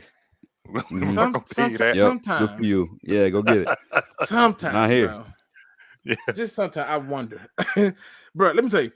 How many times have you heard this when they said that they was releasing Julio Jones? How many times did you hear the talks of the Lions should target him? I got a lot of messages about it. I heard I got a lot. For what? I don't know. They said we should take him. I was like, take him. Why would he want to come here? He's one of those players that is going to go to either the Rams or somewhere where he can make noise in the playoffs or something. Yeah. But see, here's my thing. I don't even care if it's a matter of why would he want to come here. Why would you want to pay them? Yeah, I'm cool. You know what I mean? Yeah. Why? I mean, to be honest, I don't know if Julio's gonna garner that much money because he hasn't really been the same since they dropped control. But that trade they made looking real stupid. You know, they making it. It says, "Yo, Luke and my boy Danny E." Hey, who out there saying my government? Hey, listen, for real? What the hell? Listen, they put always lying. They put the government out there. I went to high school with them. You said they be knowing that face. They're probably watching me like ain't shit changed. He's still wild. Oh man, listen. All right. So I don't know how much time you got, Easy. You got a little bit more time. I'm gonna let the people come in and ask some questions real quick. Is that cool with you? Yeah, man. I appreciate you even letting me in. Look, man, again, let me put this back up here. I still have it pinned. It's still pinned up there. Why don't you hit that notification button, Luke? Go ahead, hit that little bell. I got it on. Listen, I got it on the phone. I'm scared if I do, it's gonna take it off. Oh man! But if it takes it off now, I'm gonna be pissed. Oh, you had it on. You had it personalized. I see. Yeah. I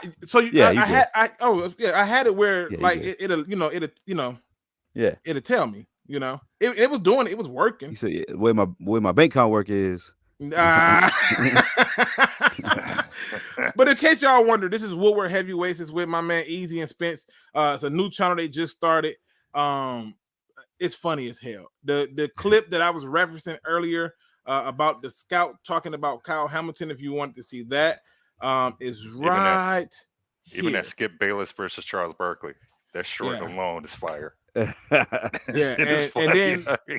and look, the thing is I didn't know they show the shorts. I just click on it and I let my thing play. Oh, those are the best ones. Yeah, I didn't even know they do the shorts. Now I did see this one, but I thought that was an actual video when they was showing him talking about him beating somebody up. But we're gonna leave that alone. But yeah, just so y'all can see, man, it's a great channel. It's linked right now. Now what I'm gonna do is I want to show y'all something. Let me get into this. This is somebody else's video, so I apologize. But this man right here, Kaiser White, I just really want to play it. Yeah, I'm not saying he's gonna reinvent the wheel. I'm not telling you that. I think you can get him cheap and for a long-term deal. He's a former safety turned linebacker. Kaiser Sose. I know, but just look at this. The willingness to just be patient and get up in there. Now the tackle's a little high, but it's a stop that I can live with. And oh yeah, that's my man Daniel JEMlive talking about. Let me fast forward past all that. Come on, go, because I didn't have time to do it myself. Okay, they playing with me. Computer, what the hell? Anyway, I'm at the show it from right here. So they're showing him in this clip. This is him again coming up. Boom. Look at the blocker. My man comes up for the block. Watch the disrespect. Let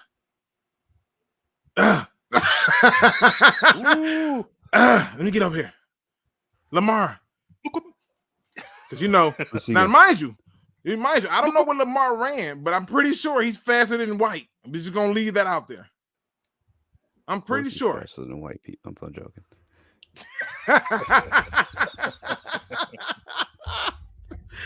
Again, oh man, it's about finding a player that you can get something from. And he's a free agent right now. He's a free agent. So this is a whole whole video on this kid? Well, it's a video on him and Javonte Williams. Okay. This is who channel is this? This is a QB school guy, isn't it? No, this is Los Angeles Chargers no. actual channel. Oh wow. Yeah. So a lot of times when you want to find news about other people, you need to go to they actual stuff. So Damn, I why come don't and the look for Lions it. do that? I do. I've been saying this for the Exactly, longest, bro. If you go to the Vikings do breakdowns like this before every game, bro. It's crazy. They do it. The transparency with the Cardinals, they do it. It's a few of them that do it, but we don't get this, bro. This is not what we get. Yeah. Shit. But I like to see this, dude. Like, first of all, the blocker. In all fairness, the blocker has perfect opportunity to Why stop. does this dude look so familiar? That's Daniel Jeremiah, the draft guy for NFL.com. All right, thank you. Yeah, Right, he's just I in got his you covered like makeup, bro. every day chill at home clothes. All right, so here's That's why I recognize. Kaiser Yeah, White. exactly. Just a little bit of an overview from him. He played at West Virginia again. He was there as a safety. Wow. He took it in the fourth round and turned it to a linebacker. And statistically, everybody, because the stat junkies. Now again, I want y'all to pay attention to the snap counts and all this other stuff.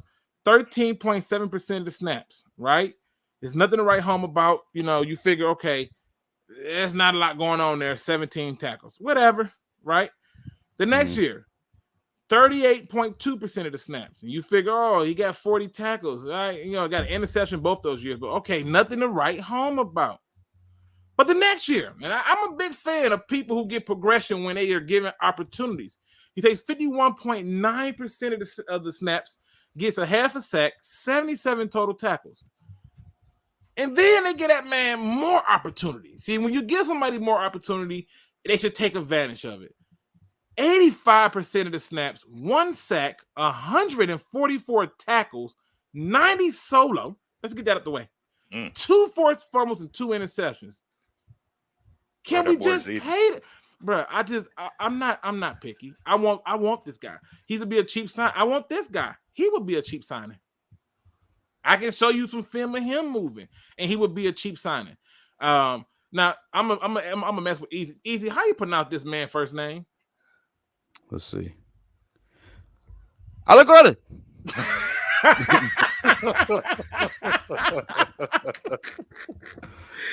Easy said what you ain't gonna do. What you ain't gonna do is embarrass me today. Okay. Caden. But when I tell y'all, I really am pissed about this signing. I needed them to break the bank on Devontae Adams. They was gonna be ruined for years to come.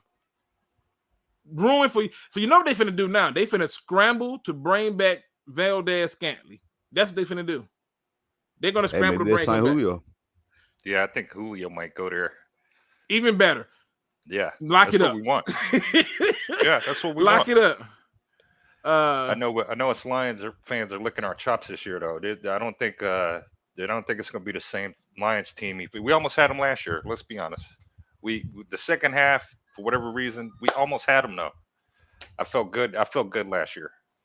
I did. Yeah. So now, and I do too. Like maybe I'm tripping, but shout out. I'm gonna say Brezel.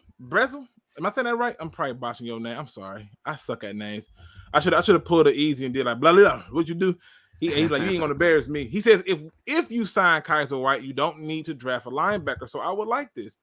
Yeah, I think you still need to draft a linebacker because you need to have more depth. Also, that brings me to my next point. Why is everybody easy under the impression that we just going to a 4-3?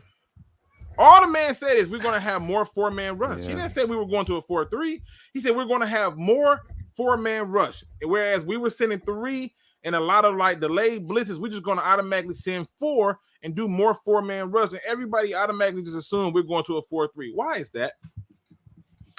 I mean, it's a fair assumption, though. It's not out of thin air. The man did say it, and that's what you would assume with him saying it. But you can still rush 4 from a 3-4. No, for sure. But I'm just saying, like, it's not like out of thin air that they're saying those things, though. You know what I'm saying? It's definitely a possibility. I was looking at I was looking at the 3-3-5 the other day. And obviously, I don't think that'll end up being the case unless we draft, a couple safeties. But I like that scheme a lot. Yeah, I think that's what I think that's what we end up doing. I think our scheme this year is going to change significantly because we did sign, the line. We have a line that's interchangeable right now, and I think some of those players can move up and down that line. And I think, like you guys said, I think we do. I like that free agent you were talking about, Luke. I think that would help us. But I do linebacker. I do think we draft a linebacker, and I think we draft a safety. I think we get, some players who can interchange, because like you said, we know Kyle Hamilton can play 3 positions. Let's just be honest. He can play in the box. Hell, you can line him up at the outside linebacker if you want to. You can line him up at linebacker if you want to. I like what they're doing with these players as far as where they're putting them at. They tested them out last year, and that's why we re-signed some of these guys who some people were like, well, why the hell did we bring him back? Right. CJ Moore. Yeah. But you need camp bodies, and I don't like people. Yeah. We can make a. I'm so freaking mad. They gave up 2 first-round picks for Devontae Adams.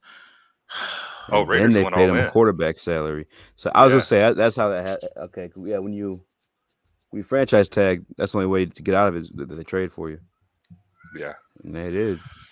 Well, Hamilton is going to be one of those guys. I think is going to be a special teams guy, and he's there. Obviously you got Josh Woods as a backup. Barnes is going to be getting way more playing time this year around. Ellis Anzalone, I think, is going to be in the mix between rotation and stuff like that. And if you go out and get White, you still going to need some other people. Look who shows up in the building. My man Adam been in rare form too. Y'all both, y'all both been in rare form though. Like real. But Adam been trigger alerting me lately. He been trigger alerting me. As soon as he killed the safety talk, and then he says Aiden Hutch, I'd be like, but he's not that guy.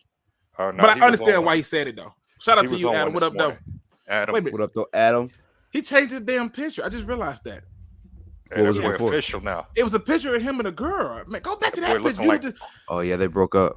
Right like now. Clark Kent. Like he just got out the phone booth. Boy. Well, listen, Chris. Adam picture right now looks like he plays soccer, like hardcore soccer. Yeah. That's racist as hell, Luke. No, look at this. That's terrible, man. Again, this is why y'all got to check out Heavyweights and check out What We're Sports. Adam says Aaron Rodgers is fucked. Yes, and I'm happy about. I'm mad, but I'm happy. I'm mad because I wanted them to keep Devontae Adams. I wanted them to. He even used the excuse, I ain't playing nowhere other than where Aaron Rodgers played. Well, it looks like you was ready to go. I know they traded you, but you was ready to go. And I'm telling you how I knew. Yeah, I'm gonna tell you how I knew he was ready to go. They gave you a franchise tag that would have paid you $20 million, and you informed them that you are not playing under the franchise tag. You essentially said, I don't care if Aaron Rodgers is here, pay me. And the Raiders said, okay. Yeah, exactly. And then I guess the offer that Green Bay gave him was $23 million after Christian Kirk just got paid $22. Like, come on, bro. After Christian Kirk, man, come on, man, Captain Kirk. Yeah, that was crazy. Come on, man. Listen, I can't believe that. I can't believe that either. To the people in the chat, wide receiver one money. To the people in the chat, I'm gonna give. I mean, y'all already know what was sports over there doing. I didn't even realize this, right? So I was driving, right? I'm channel surfing, and I know how to. I was listening to the channel, and I went to 93.5, and I was able to. I'm like, oh, I can hear the show on here. I've been doing it from YouTube the whole time, bro. I didn't realize that it was like Aaron on FM radio. So if you're on FM radio, 93.5, well, at least in the Detroit area, that's what it's coming up under 93.5. You can listen to the What We're Sports Network show and have your fix. And I get my fix and stuff because that other station ain't about that life. I'm just gonna put it out there. Now we got 105.5 too. Oh, do you? Yep. Oh, see, I didn't look. And we're a satellite too, but I'm not gonna lie to you. I don't know the satellite channel. Oh well, listen. I mean that's where I'm at. I got YouTube Reds. You know how I get down. Hey, I was learning. Also, if you ain't rocking with the What We're Sports Network, then shame on you. Shame on you. But this right here is some of the most funny, ignorant stuff I ever seen. Is why it's pinned. It's why I'm telling you to support the channel. Get them likes up, get the subscribers up, hit the bell. It's guaranteed. Anytime you literally gang jump a punchki, it's all bad, people. I'm telling you, you need to embrace the ignorance of this. I mean, this is liquid gold, and definitely check out What Was Sports Network. Now, let me switch up some Morning stuff show's real about to quick. be fire tomorrow too. Oh, Devontae Adams stuff. Whoa, wait! I they about can't to wait. be so sick, bro. I can't wait. And it's Friday. And it's Friday. Oh, I'm man. expecting another like goat mask type of morning. Oh Bro. man, I know Adam about to go ham and cheese, Bro. So here we go. All right, there we go. I had to find it. Adam, thank you for putting it out there because he says 93.1 and 99.1 There we FM. go. All right, there it is. Bam. There it is. Let me make sure I do this right, y'all. So y'all don't have to keep listening to them other people who claim that they got tickets. You just give them a ticket, throw the flag on the play. You know what I'm saying? When you're trying to find real sports stuff and you're trying to fully understand some real sports talk with people who are real fans and real students of the game, and then you look over there and you see them other people that's throwing out fake tickets and scalping tickets, just wave the white flag on them. Wave the white flag on them. You don't gotta be special with it. Just give them a little bit of, I'm over it, and come over and hear some people with fresh takes. Hear Braylon Edwards. Here are people. Here my man D-Mac. Here Easy. Here Adam. Here Spencer. Go over there and hear that. You don't have to suffer no more. Okay? You have options. Okay? And you should exercise your right to those options. That's all I'm saying. I'm not telling you what to do. I'm just telling you what to do. That's all I'm saying. Boys are they are the pulse of the city right now, man. They look right up there with them, man. I'm just having fun. I'm enjoying every bit of it. Now, this part of it right here is where you guys get to come in and join me and ask me any damn thing you want. Tell me how crazy I am. I think if they take a quarterback at 2, it's ridiculous. I don't think we have the luxury to take a player and let them sit. I don't think we have that. So I put the link in the chat and you can check it out. But yeah, I'm not going with this. Take a guy and let him just chill behind something. No, because if you're telling me that all of a sudden Jared Goff is supposed to teach Malik Willis something, tell me what that is. It ain't gonna be how to run. What the hell is Jared Goff teaching them? Seriously, I'm just saying.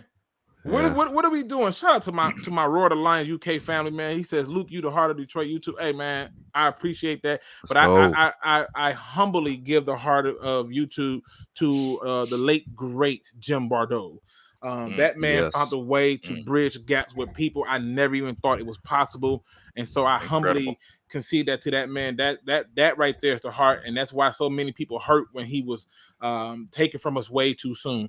So, but I rock with you. I rock with you. But the link is up. Feel free to come cuss me out. You don't like what I said? It's all good. Now we got that's why you got the white flag ready. I know. Listen, hey, I will wave it in a heartbeat. Now my man Malik is in the building. I want y'all to understand something. Malik is getting petty right now because Malik decided to change his damn name. Okay, he wants you to know that he's not going to tolerate the disrespect. So he no longer go by Malik. He's pulled a Prince move. He's the artist formerly known as Malik. He now goes by Magic Man. What the hell is going on, Malik? Nah, the Michigan man. Oh, I'm sorry. Yeah. I figured I'd say Magic because it has to take magic for us to buy into the fact that Michigan Man actually exists. What are we doing here? The reason why I took this nickname right here is because the last time I came on the show, you called me the Michigan Man. So I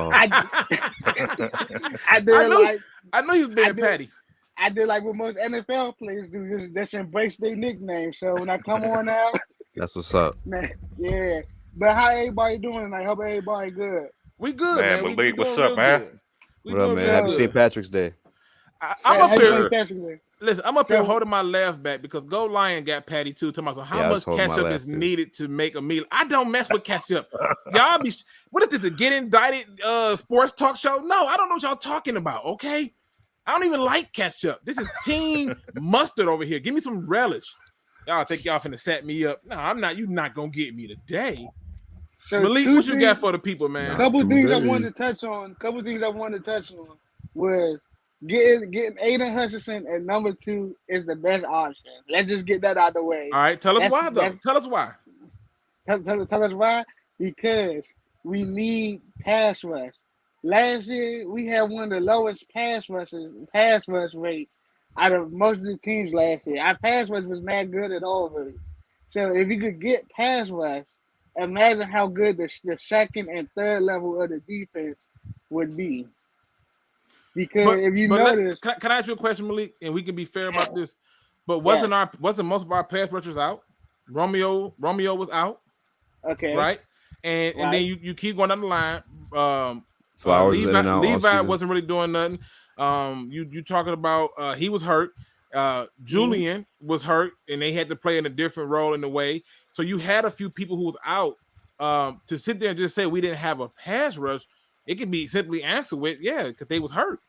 How does Aiden Hutchinson who spot does Aiden Hutchinson come in? Right now they just re-signed Charles Harris. Whose spot does Aiden Hutchinson come in and take? Charles Harris. What? Charles Harris. What? Charles, I said Aiden Hutchinson is coming in and taking Charles Harris. That's a great point, Luke. It's taking Charles Harris' spot. So look, they're going to do. They're going to rotate Aiden and Charles Harris. They're going to rotate them. I'm not taking a guy 2 to play rotation games. We're not doing that. Listen, he got to start, and he needs to come in and take somebody's spot. He ain't taking nobody's spot, bro. But that's what I'm saying, though. Where if you look at it, right, as a rookie, you don't just want to toss him into the fire. The headlock don't. He's a pass rush. Don't. The easiest thing to listen. I know it's a challenge, people, for y'all shoot, but it's way easier to transition as a pass rusher where they're telling you to go get the quarterback than it is to say play corner. And I don't understand why are we going to be sitting here acting as if though you're going to get a guy who's going to rotate in and out to do what? It's 2. You're taking him to. I can't, Malik. And then hold on. Let me get my second player. Let me get my second point. You're trying to run my blood pressure. You think you're slick.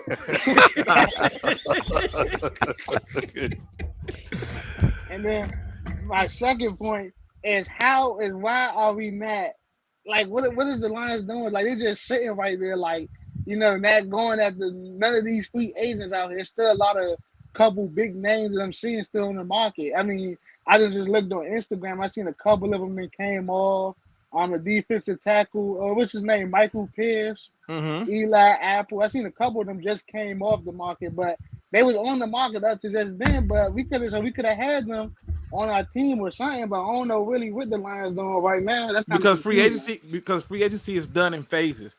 You have the panic people. Let them go first. That way I don't get ran over while y'all rush and spend all y'all money for stuff that's not going to pay out over time. And then you have the people who saying, I'd rather have the guy who's hungry to earn his paycheck. You see, if you think about it, right? If I were to tell you, like, no matter of fact, you got a job, right? For me? Yeah. Nah, not at the moment. That's okay. Hustling is a job, and you up here hustling this goddamn Michigan players to it. So we gonna give you that as a job. But just stay with me. If you're working, you go into work and you trade time for money, right? You give them time, they give you money, right? And when I look at that formula and I think to myself, okay, I have to trade time for money.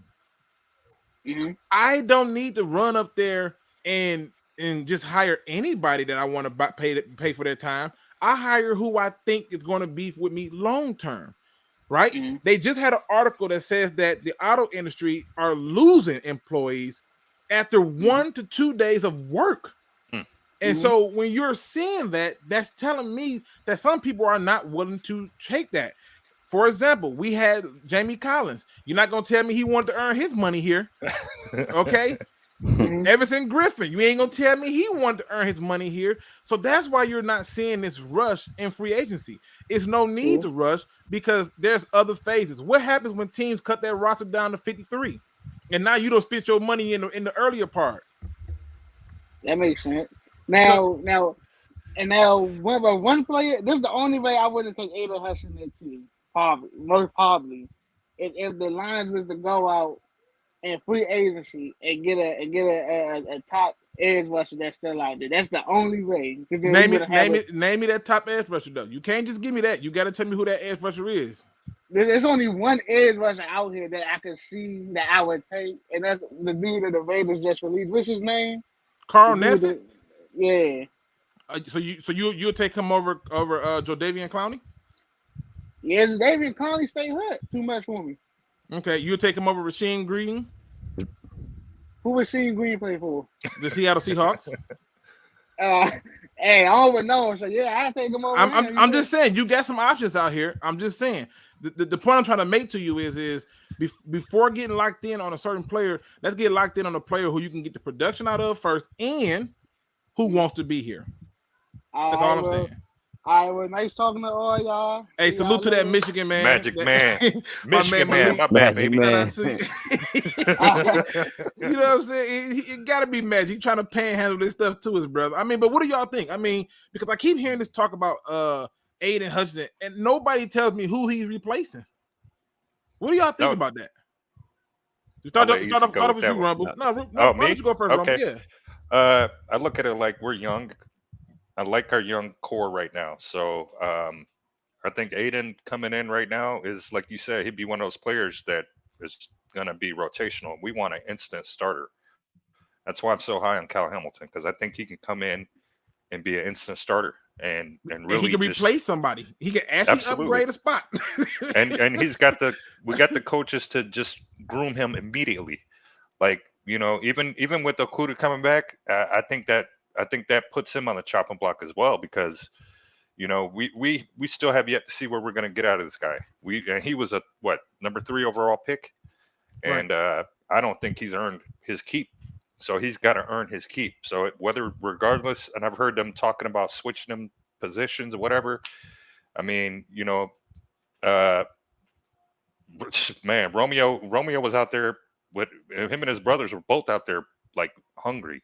They wanted it. Right. Because you know what that is? That's sibling competition. Yeah. And when you look at the fact that one went down, he was trying to carry the baton, but it's not the same when I want to just beat my big brother.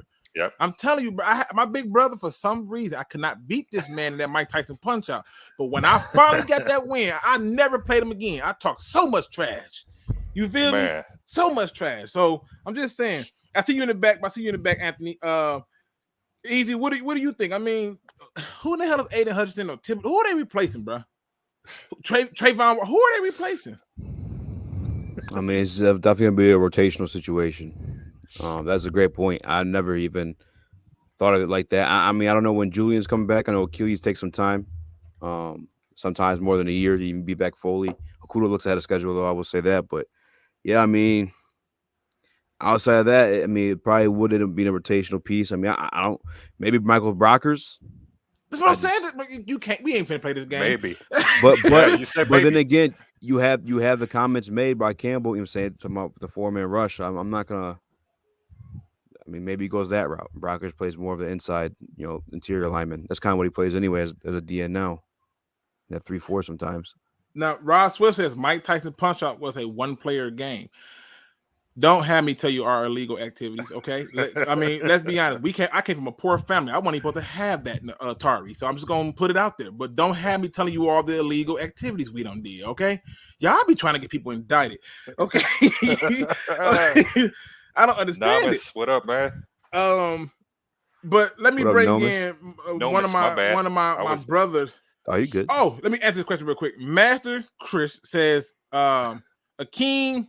Oh shit! I'm finna do it. But he Akeem Akula. That Akuda Matata. That guy. He says at right guard thoughts. Not second overall. I'm not taking no guard second overall. His name not Quentin Nelson. When Quentin Nelson came out, I would have took him first overall. I saw how nasty and disrespectful he was as a blocker. I would have took Quentin Nelson 1 or 2. I don't see that in this player. And the fact that I got to move him from that tackle to guard, yeah, I'm good on that. That to me, again, is another experimental project that I'm not willing to do.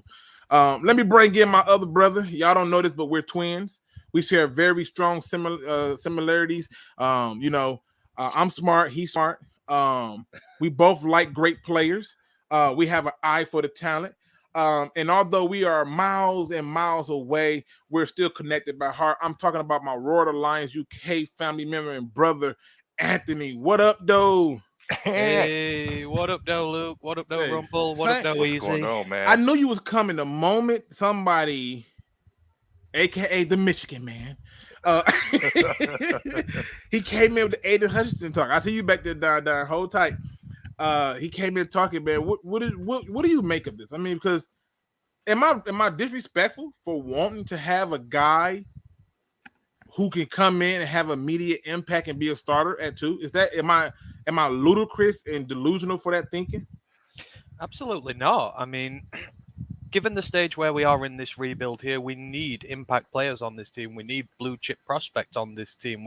We're at that point at the minute. You know, we're not at a point where we want to try and take a developmental quarterback or, you know, you want to take the best guy out there. We want to do it with all our picks at the top of the board here. The best player that's there, especially if he is at a position of need, you take them. Simple as. And as me and you have, and you know, Rumble, we've long argued, he is the best player in this draft at a position where we've struggled for many a year now, Tracy Walker aside. You mean you don't like Will Harris, Brady Breeze, and Tracy Walker as all our starting safeties? That's not good enough for you?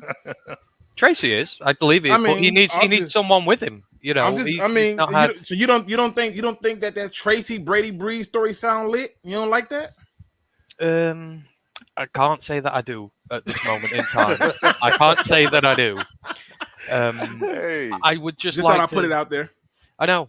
We need some playmakers on this team. You can get playmakers up front, but you need playmakers in your secondary as well. And you saw last year, you know, the amount of times we get rinsed by, you know, just pocket passes, putting it in there. You know, there's just no one in there. We lost some games because we give up these late game-winning drives, getting into field goal range. We've got no one to poach these balls out there. No one to change the direction of these games. You need to make opposition quarterbacks scared to throw on you, and he will do that. And we've not had that for some time now. So it's not unreasonable at all, Luke. It's one of many ways that we could go in this draft. But, you know, for us all, this is the one that makes sense. Because there's so much talent later on in this draft as well. And your edge rushing, you're not neglecting it. You're getting 2 wonderful players at 2 positions of need. I mean, listen, you ain't gonna get me to fight with you. I mean, anybody got to. I mean, I couldn't have said it better myself. I felt like he was. Cool, you know, he's preaching to the choir. I'm gonna bring Don in because Don, you don't know this easy, but Don been trying to lay hands on StreamYard. He got beef with StreamYard, and all StreamYard did is show him love. I'm gonna bring Don in so he can get his words out because he's probably finna say some wild stuff. All right, here we go, Don. What's going on? Go ahead, and give me the smoke, bro. Go ahead. No, I'm in a great mood, bro.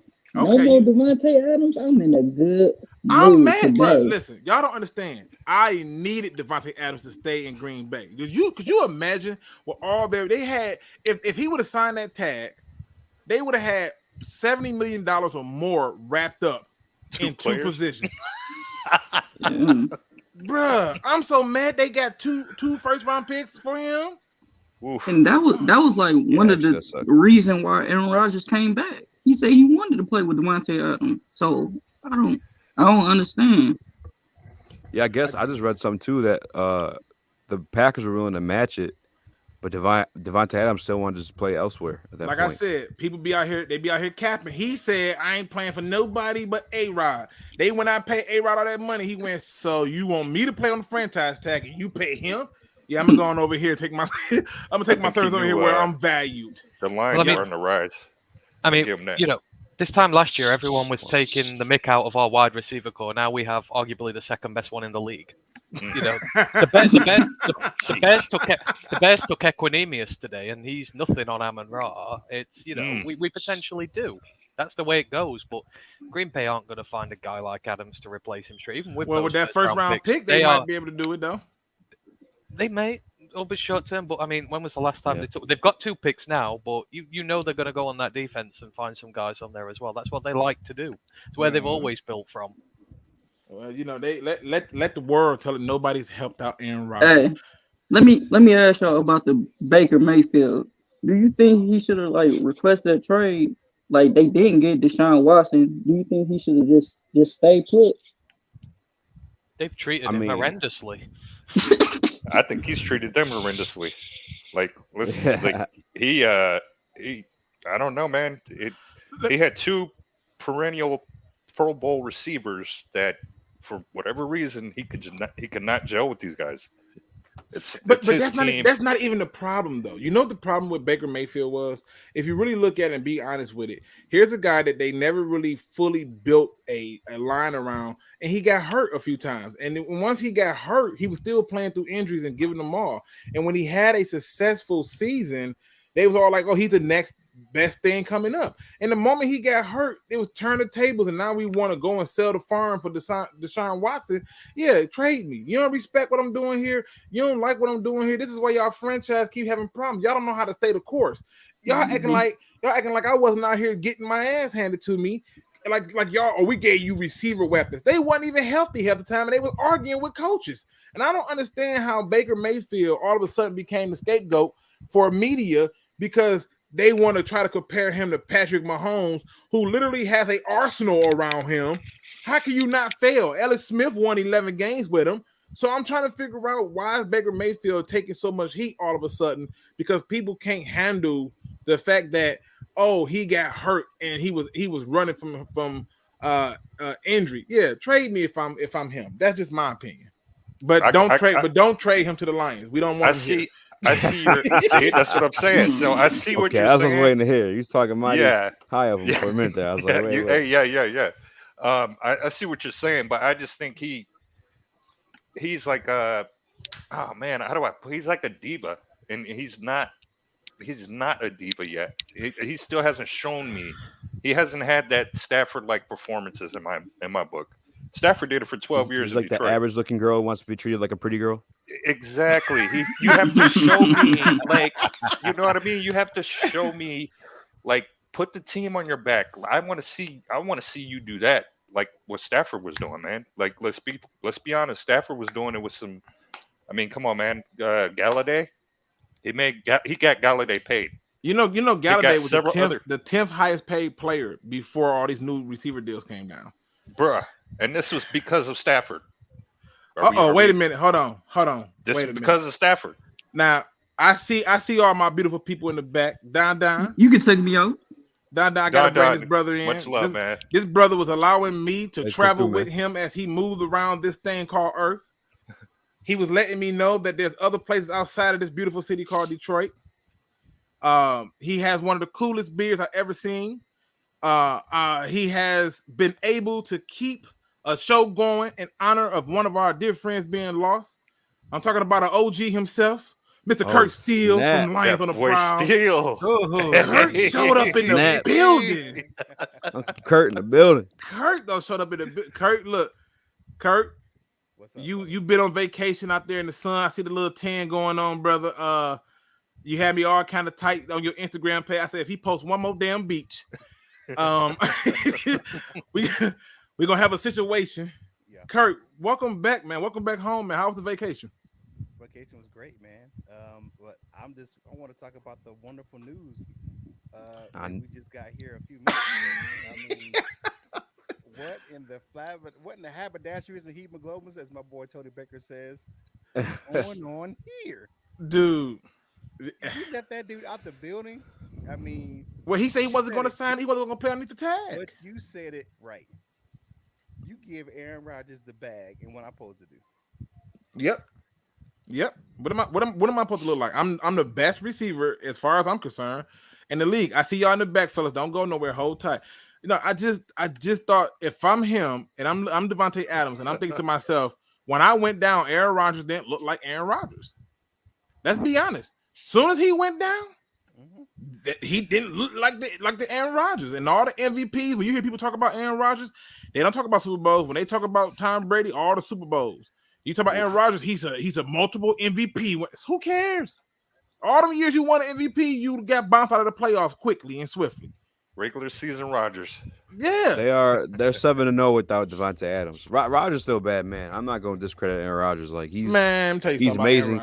That don't make Devontae Adams not amazing, but I promise you Aaron Rodgers will be fine. Aaron Rodgers is the only quarterback I know who can have as many good receivers as he's had and still think he ain't have enough. Like I don't Well, to be fair, 6 of those wins are from the Vikings, Bears, and the Lions. So it's 6 wins right there.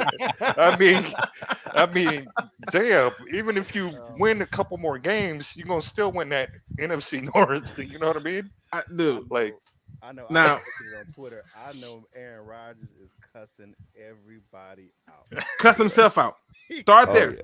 Cut yourself out. Go look in the mirror, slap yourself, and cut yourself out. You had a deal already in place. You didn't see the book of Tom Brady. Yeah, everybody talk about the book of Eli. Talk about the book of Tom Brady. Take a damn Book of pay cut. Brady. So somewhere in a room somewhere, Brian Gutekunst's sitting there going, "That's what I you can get barely for hear screwing with me, Ryan, with me, Aaron." Yeah. Let me address this because he showed back up in it and I left it up on the screen for a reason. He says Hutchinson is going to have 8 sacks. My second overall pick can't have 8 sacks. No. You better tell me he got 47 QB rushes or at least 30-something tackles for a loss. 8 sacks? I'm taking the guy for 8 I need 2 sacks. sacks a game. Bruh. Yeah, I need 2 sacks. At Sue least 2 sacks had a game. 10 his rookie year. Y'all not finna play with me with this. We're not finna lower the bar for him being. I'm bringing him back for this. Come on, Mr. Magic. man. Come on. Come in here. With your porn name. We're going to here. Let's go. Come on. Your porn. Come on. You gave him the poor name, to be fair. Hey, He was Michigan that is man, true. and he That's turned true. it. But I had to make it magic because he keep on trying to sell me this bill of goods. Go, explain this. 8 sacks. Yes, 8 sacks because you, for one, like I said, I'm not. If I'm the coach, I'm not pushing him straight away into the fire. And then second, if he rotates, he gonna have 8 sacks. Let me ask you a question. When we So draft why don't we take the player who we can push straight into the fire and produce right for at us? 2? And, Yes. and who, At and, 2, like and, you should do. and who is that? Kyle Hamilton, you know it is. All right, well, You know- Let me ask you this. All right, you watch the EPL, right? Yeah.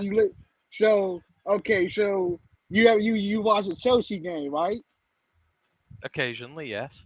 Okay, so Lukaku, because that's my favorite team. So Lukaku, even if he's not on the field, I'm not playing that game. People are still scared of him, right? Yeah, but he doesn't impact So- what's going on the pitch. So that's the same thing with Aiden. If you put Aiden on the field, even if he's not playing that game, people are still gonna be scared. Ain't Because they nobody know- thinking about.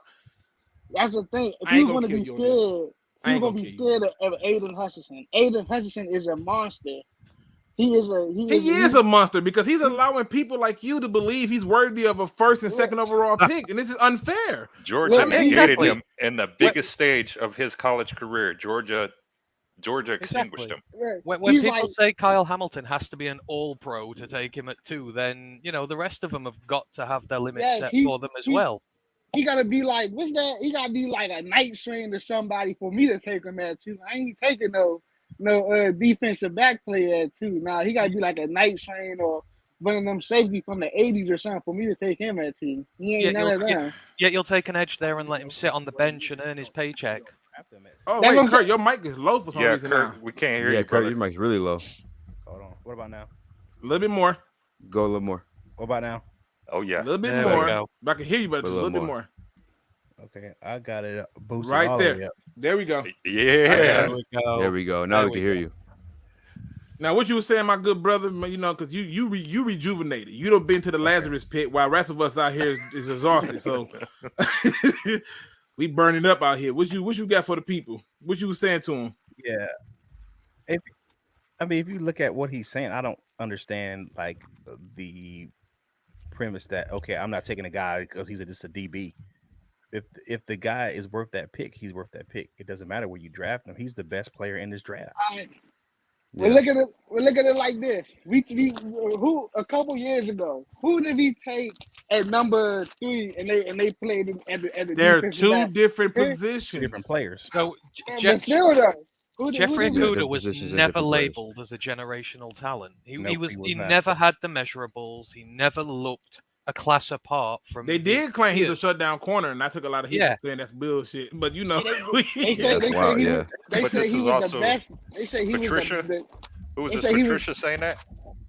They say he was the 3rd best player in the draft that year. They say it was Joe Burrow, Chase I don't think Young, nobody had- Actually, that's and then incorrect. him. We couldn't trade that pick away for love nor money because no one wanted to go to 3 because there was no one worth that pick. It's the same no this one wanted year. that We- pick.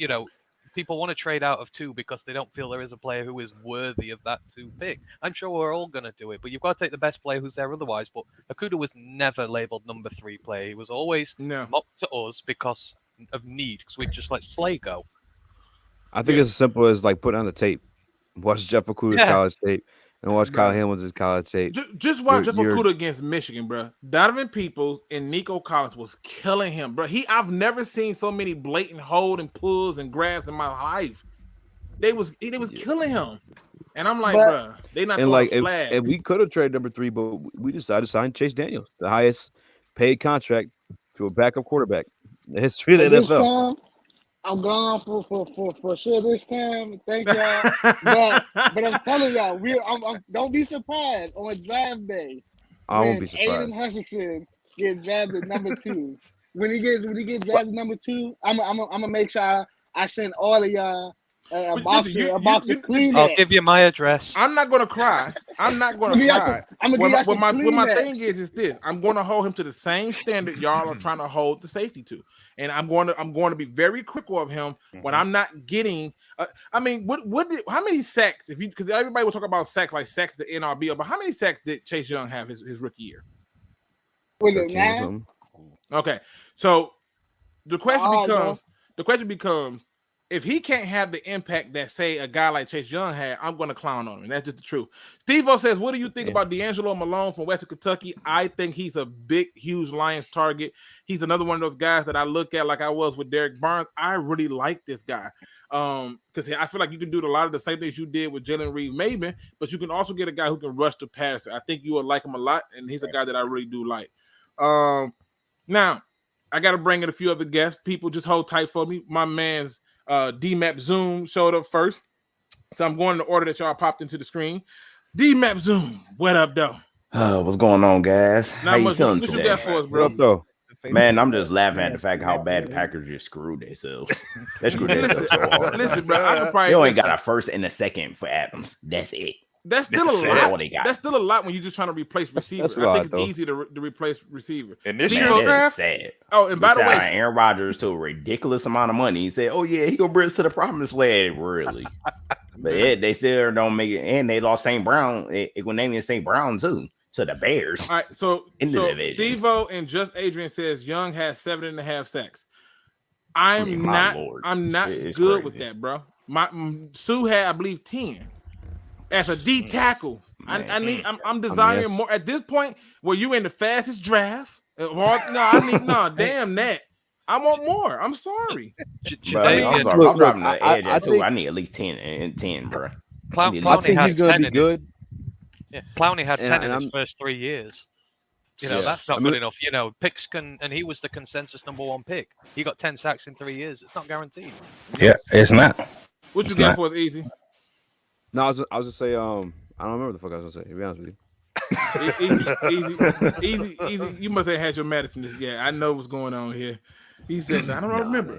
But what else you got for us? Easy. Remember that.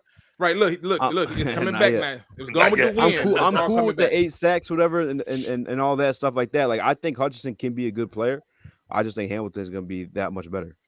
I would take Hamilton over him. I can respect. Talk your shit, Easy. I think Hamilton gonna be that dog with Walker, with Tracy Walker. Hell yeah. I mean, that just seemed like a freaking dog. Like all quarterbacks gonna be looking at that backfield 6'4", like 225. I can't go there. You know what I'm saying? Especially if he a ball hawk like they say he is. Oh yeah, they're gonna be thinking twice. You're gonna have to throw over picture 6'4". We can't throw it over there with Walker. It's like, oh shoot, we gotta run the ball there. Go down the middle. Now, Mark Malace says that Hush could definitely go 2. I believe that. And then Braylon Edwards, I really want to cuss him out. Like, did you see what he did yesterday? You see what he did? What would he do? Okay, so Braylon Edwards yesterday makes a statement, and then they cut to fucking break, and I'm like, no, we're not gonna do that. Wow, he went right to break. He's about to make a statement. I'm serious, bro. It blew my mind. He says inside source tells him they're not taking Aiden Hutchinson at 1. They trading the pick, and I said, what? Wait a minute now. We gotta dive into this, and then Jacksonville. He says he has an inside source who told him. I know who his source is. Jacksonville ain't taking no Aiden Hutchinson. they trading that pick. And it got me to thinking, like, why can't when we the hell trade? trading up to 1? Who is going to trade up to 1? They're going to go up a lot trying to get to 1. Bruh. They go at least 2-3 first round. The only picks team I can already. think of is the Jets. They got those 2. Yeah. Or Philly. Unless But who are really the Jets trading up to get, though? Like, yeah. The Jets, they need all help they can get. They got a quarterback, but like I said, a lot I didn't like how he broke that and then gonna say, we gonna go to break. We be right back. I'm like, nah, damn, what the hell? Dive into that, man. But that's what it is. But what else you got for us, D-Mac? My bad. Just right now. Trust me, I'm about to say, I'm just thinking about the fact, like, dang, freaking Adam Rodgers sat here and sat on this huge crowd here. They looking like, dang, who I'm gonna throw to now? I'm being honest, the main guys are gone. They got 20 million cap space. They could bring Odell in for cheap. Probably get Julio. I mean, there's still some people out there. Man, I said they'll probably go get Julio. If I had to guess, they're probably going to go get him. But I think OBJ probably going to resign with the Rams, though. Yeah, I don't think he's on there. What was his last contract? Allen Robinson today. His last contract was what? Bitcoins? He ain't going nowhere. But that's that's because he got the buyout from the Browns, so he was able to play out a cheaper deal. Let me bring in the next guest because I want to kind of get us close to wrapping up. We're getting closer to the 2.5 hour mark. So D-Mac, I appreciate you jumping in late, brother. Oh man, not a problem. Yeah, D-Mac. I definitely be back on. Hey, I'm out, man. I'm holla at y'all. Kurt, I got one more question for you. Give me one more minute. Kurt one more question. Okay. I got one more question. And then I'm gonna bring it. Gunner, you've been waiting in the back so patiently for me. I appreciate you, sir. Kurt, listen. I gotta ask you this question, right? Because I've been thinking about this all day, right? Like I literally been thinking about this all day, and I know you got to answer for it. What is the most lion freaking move that they can do in this year's draft? And like when you like, if they take this particular position or player, you like, if that's the most same old lion shit I've ever seen. What is that move? Either with that number 2 pick, draft a wide receiver or quarterback. Drafting Malik Willis will be the most Lions thing we could ever do. I just said, now Ben Diesel says, Luke, look at the damn chat. I'm looking at this. We've been talking about this damn trade of Devontae Adams. I ain't missed it, bro. I promise you I ain't missed it. We've been talking about it. And I've been people been like, A-Rod, be mad at yourself. You're screaming, bring back. I want Randall Cobb back. Now look what you got. You better pray to God Randall Cobb becomes the next Randy Moss. You got what you said. Yeah. Hey, before I get out of here, make sure y'all turn in tomorrow for Free for All Friday. Oh, you know it's gonna be off the chain. I'm plotting. Yeah. For Detroit Lions on the Prowl. If y'all don't look, then he gonna bend these. Oh, my bad. I just got here. See what I'm saying, bro? Ramon Lanue say, how is that the same old Lions move, Kurt? When they have the Lions ever drafted a quarterback like Willis? I'll wait. Okay, here we go. You ain't gotta wait for Andre Ware. Andre Ware. Man, Charlie come Batch. on, man. When has the team ever drafted a quarterback like 25 spots before he's meant to go reach that high? Yep. That is the same old thing to do. Several times, but I'm gonna get out here, fellas. I'm gonna talk to y'all later. I see you tomorrow morning. And that Adams news was the best thing I've heard all day. That's why I said I know Kurt's rushing off so he can go drink and celebrate. Yeah, man. I'm gonna holler at y'all. All right, Kurt, man. Respect, man. Take care. Hey, man. Talk to you guys later. All right, listen. All right, man. Kobe said, "Look, why you don't have a what? Dono button? What's that? Donation button. Oh." Listen. I enjoy talking sports with y'all so much. Luke does it for love. I can't take no money from y'all. We in the middle of a pandemic. Gas prices is too damn high. Rent don't went up. Inflation is don't went up. The Federal Reserve is increasing. It's too much, bro. Nah, I just want to talk. I want to talk sports with other fans who want to be here. Now, if I do something that's going to revolve around donations, it'll be to benefit another group or something. Maybe I donate to like a homeless shelter. Maybe I donate to like some type of charity or something like that. I'll do an event for something like that. But I just want to talk to other fans. That's why it's open. You can come in and tell me I'm batshit crazy. I respect that. It's not, It's not like I'm running from you. You can tell me I don't know what the fuck I'm talking about. I respect that. Ask Easy. Easy tell me that all the time. After you, listen, this is how crazy it is. Easy was going off on me. He's like, yeah, who you taking, Luke? And I was like, I'm predicting that they're going to take Kyle Hamilton. And I never even finished the word Hamilton. Easy's like, what the hell wrong with you, Luke? Huh? Here you go with this stuff again, right? And then he goes to see one play. And he goes back, he's like, I can't believe this chick. He don't converted me. Yeah, we got to take Kyle Hamilton. Man. Hey, the same thing happened with J-Mo too, because we were talking about in the group chat, and J-Mo was like, hell no.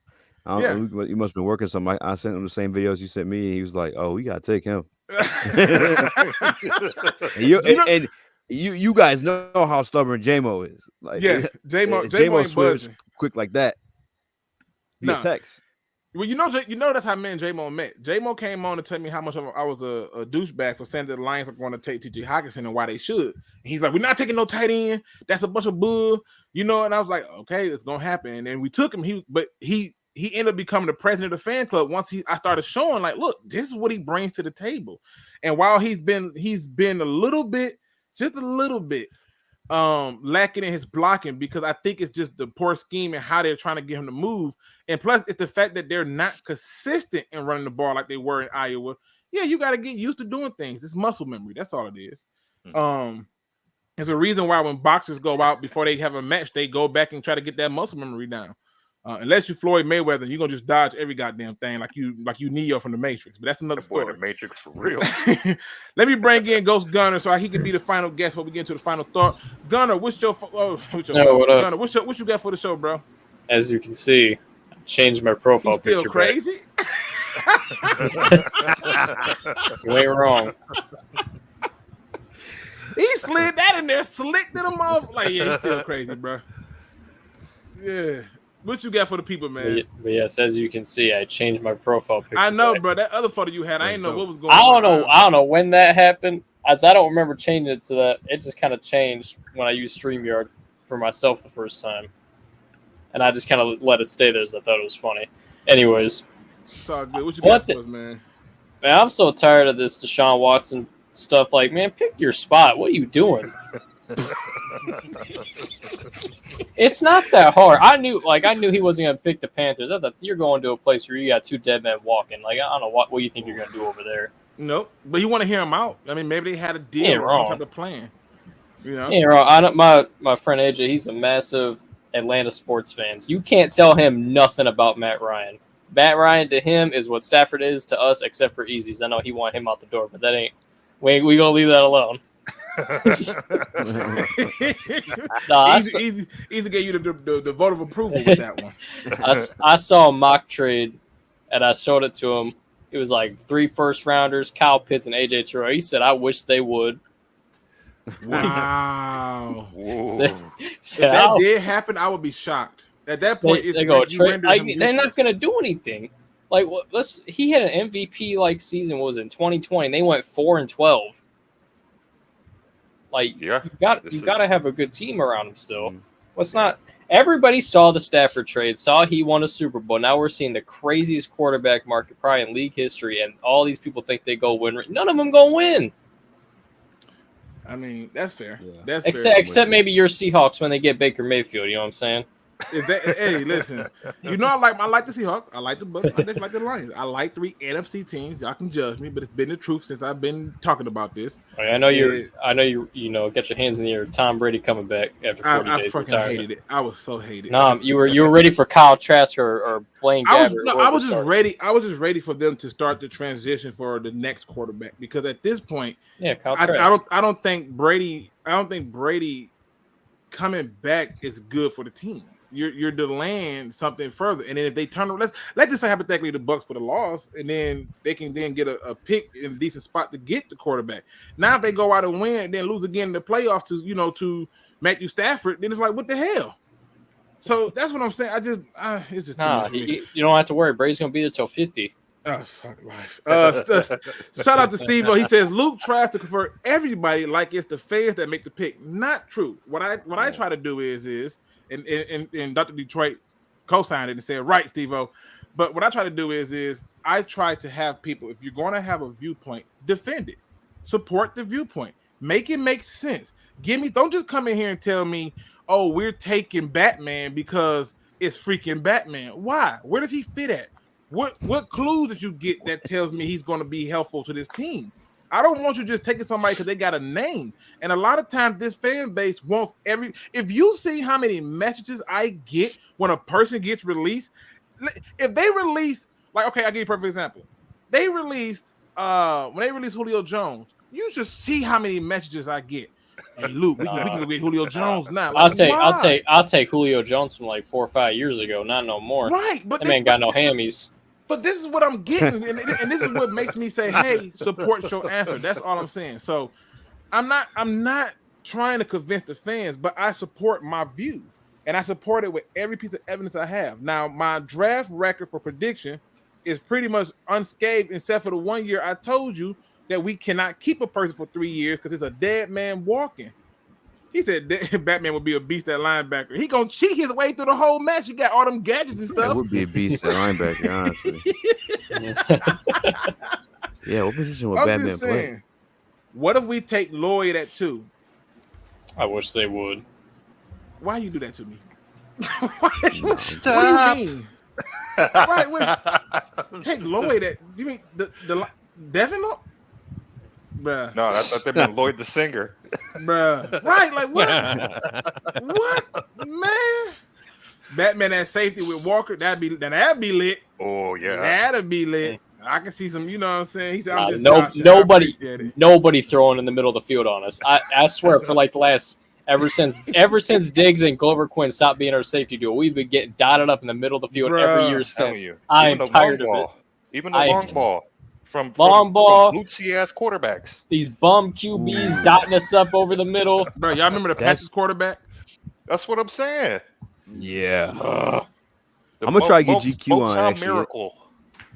How? Get it, shorty. Yes, son. All right, people, listen, Gunner. I appreciate you coming in. I want to add in on the Aiden Hutchinson thing though. Yeah.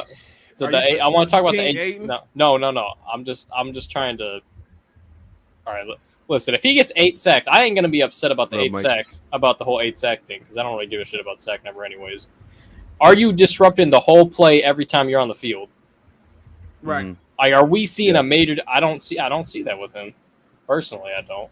I see it with Carl Loftus, but I don't see that with him. Man. It's time to go to bed, son. Come give Daddy a hug and a kiss. All right, good night. Tell everybody good night.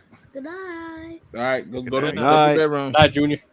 It's time for him to shut it down. His mom must told him go to your room. Time to go to sleep. Yeah, I don't. If they take Aiden Hutchinson, I don't care. I just want a starter. And who is he replacing? Shout out to Micro Mike. He comes in and says it's easy, but listen, why does Mike add? You know, damn. Look, would you draft? Would you draft nonsense from golf with 2? Oh my God, what? What? Oh my God. Mike talk crazy. He did ask me would I draft Bart Simpson. I told him if as long as he's bringing the whole crew, and then he came back with a swift response. But it's Maggie though. That's the real OG. Like what? Where you get this from? Let's get into the final thoughts, people. Like I said, I leave it open for people. We went up to 2 hours and looks like 2.5 hours actually. Damn, we have too much damn fun. Take Superman. What? Where's it? Over Batman? Didn't Batman beat Superman? I mean, that's the biggest bullshit. Don't even get me started on that. Ain't no way in hell Batman will ever beat Superman. Wait a minute. Wait, did you not see the scene in the animated version where he says it cost me a fortune and a lot of time to make that up? Good thing I had both. When he beat the brakes out of Superman and told him, I want you to remember I'm the man who did this. He paid off the story writers, bro. They felt bad because he's an orphan. That's some bullshit. Oh my God. Superman just laser fucking point him from miles away. Batman can't do shit. You know what? Batman can take a Kryptonian spear on the field with him. I think they might disallow that. So what? I'm just saying. Like imagine somebody could beat your ass. You got one rock, right? But they can still shoot you from like miles away. Right. That Goldberg. Goldberg. Look. Goldberg got both of them. Even Mike says it. Did you bleed? You will. Do you bleed? You will. Like Bro, Batman not playing with you, bro. That's a grown man. Don't play with Batman, bro. Bro, Batman's one of his arch nemesis is the fucking Penguin. Like, don't judge his rogue gallery. Don't do that. How about the Joker? Don't even got powers. The Batman can barely never kill him. Beat him. See, that's the problem. That's that moral dilemma. You feel me? Don't. And when let's get up out of here. Final thoughts, Gunner. What you? Final thoughts, Gunner. I ain't got a bull to cling today, so yeah. Kind of looking around. Hey, easy. He was trying to set us up the last time we was on, man. I heard that little spoon stirring up that damn thing. I said he trying to put us in the sunken place. He thought he was slick. Had to mute him. I was surprised my mic picked that up. They don't pick up nothing. Hey, but it is what it is. Appreciate you, man. Appreciate you. Anthony, Roar the Lions UK, family and brother. Tell the people, man, where they can find you at if they don't know, and put in the final thought. Yeah, you can find us at Roar of the Lions UK. Just hit us up on YouTube. You'll see us there. We're on Mondays and Wednesdays. So appreciate it if you come along, give us a watch. And appreciate you, Luke, for letting me on here all the time because, it's good to chat with you all. So do really appreciate it. Just in terms of final thoughts, I'd just say believe in the plan. I've seen a lot of people getting upset this week that we've been bringing back the same guys on our team. We've not been getting big in free agency, but there's a reason we don't have much money at the minute, and that's because our last GM screwed us in free agency with a lot of bad decisions, a lot of bad moves. This team ain't in a position where we need to be making those calls at the minute. The players that were coming back, Josh Reynolds played well last year. Charles Harris played really well last year. Tracy Walker played well last year. We got a lot of young, gifted players on this team. We're about to get another draft class full of them. This year is about developing them, waiting for the money to come and really going all in. So don't panic. We're on track. No.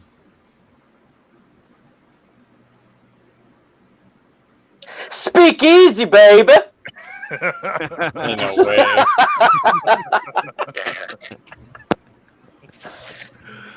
Man, it's a good show, man. I've been on here all day, man, on this show, man. My last words is, SpeakEZ, baby. I had to jump in just to be a young punk like that.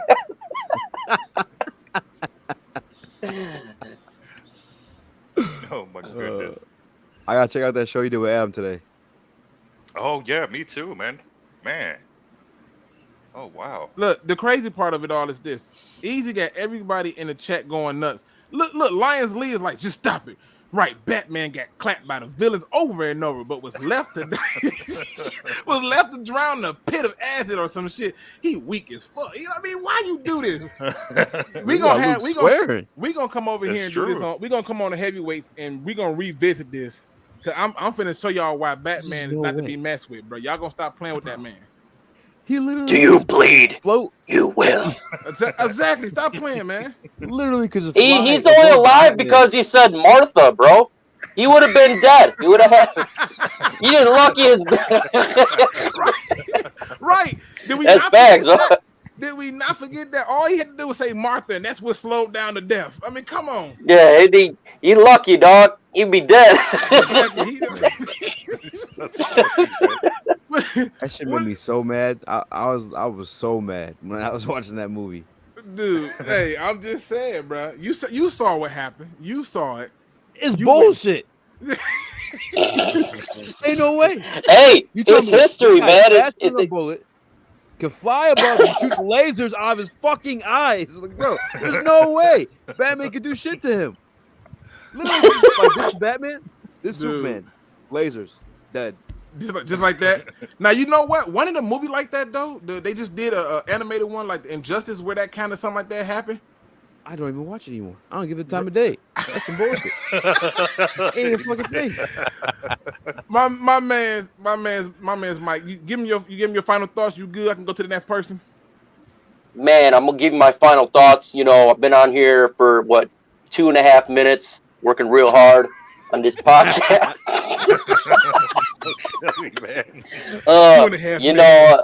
Grinded real hard, man. All I gotta say is I'm sorry, man. Martha saved Superman, and that's SpeakEZ, baby. Shout out to you, sir. Appreciate you for coming through, rocking with us for a minute, being in the chat, man. asking these random questions that I just be like, where is he coming up with this stuff? Easy. You came in, had some fun with me. What are your final thoughts for the people, brother? Shoot, man, I can't beat Bruce Lee. All right, my man. This is true. This is true. My man from Detroit Urban Survival Training said so himself. You know what I'm saying? Thank you. Thank you. If you believe Batman could beat Superman, you best believe I could beat up Bruce Lee. But anyway, we're heavyweights. Check it out. We got T-Foss in there. T-Foss talking crazy as always, man. And shoot, that's all I'm really trying to push right now is we're heavyweights. Obviously, I'm Woodward Sports, but they gave me my own free reign to do what I want. And then obviously, it started Woodward Heavyweights. I'm just gonna make that my thing. I'm gonna build that channel up and hopefully make it as big as Luke G. Hey, Easy, somebody came for you, bro. You ain't saying for him, but they came for you. He tried to come for you, bro. I'm tried to come for you. You know what I'm saying? Hey, I'm the head of the new mafia. You know what I'm saying? Hey, Batman lives the best alter ego life. Get to that though. Yeah, hey, I'm just saying. My man, some glasses off. Luke, you the man. Appreciate you from Bill, 100% for rocking with me. My co-host of the most, my man Lions Rumble. What do you have for a final thought, sir? Wow, man, what a show today. Shout out to you, Luke G, and your family. I'm glad everyone's safe. Yes, man, appreciate it. Man, what a great show today. Easy, thank you for stopping by. Anthony, everyone, man, you guys are, man, it was lit today. My final thought is, man, I can't wait to see what this draft does. We still have pro days coming up. Yes. And we still have yet to see what the GM and what their plan is for this team. So I'm excited, man. We still have pro days. There's still a lot of questions and different things, even with the free agents. So I mean, all in all, I like the moves that were made because Aaron Rodgers just became a less dangerous man. So hopefully this comes back to bite him in his ass, and then that'll give us at least one win with them this year, if not two. I think our coaching staff is really putting the division on notice this year. So, man, I'm excited, man. And like I said, yeah, man, we got pro days coming up, man. Let's really see what these guys are about in these pro days.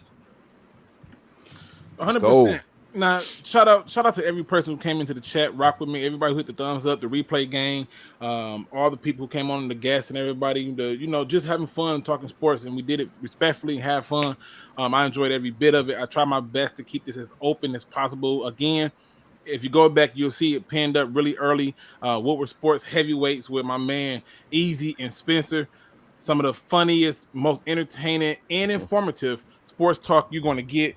They have all type of people coming on. I don't know how they keep on getting guests on with their level of foolery that they have on that show, but people enjoy every bit of it. And also, like I said, you can actually hear Woodward Sports on the radio now. You don't have to just stick them other guys, people, just putting it out there.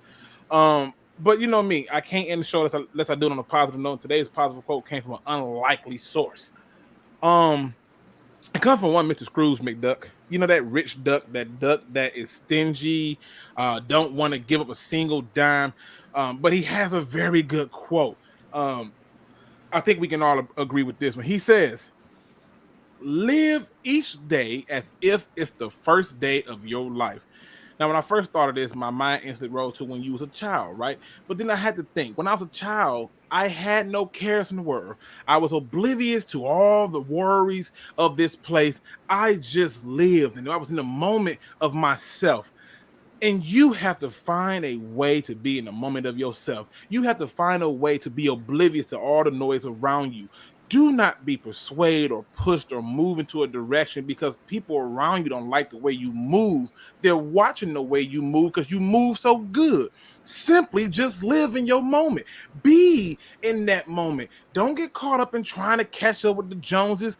Be the Joneses. Let them catch up with you. Live each day as if it's your first day of your life, because in that moment, that's the only time where you came to this thing called Earth and you did not have an ounce of fear. There was no what else and I could not and what's the possibilities. It was simply just you living and enjoying those closest to you, caring for you, and being in your presence. Keep that same energy as you go through each day of your life with whatever battles or challenges that you may have, and you will find yourself in a place where not only will it feel like you're living each day as if it's your first day of life ever, but you will find a place that's always happy and designed just for you.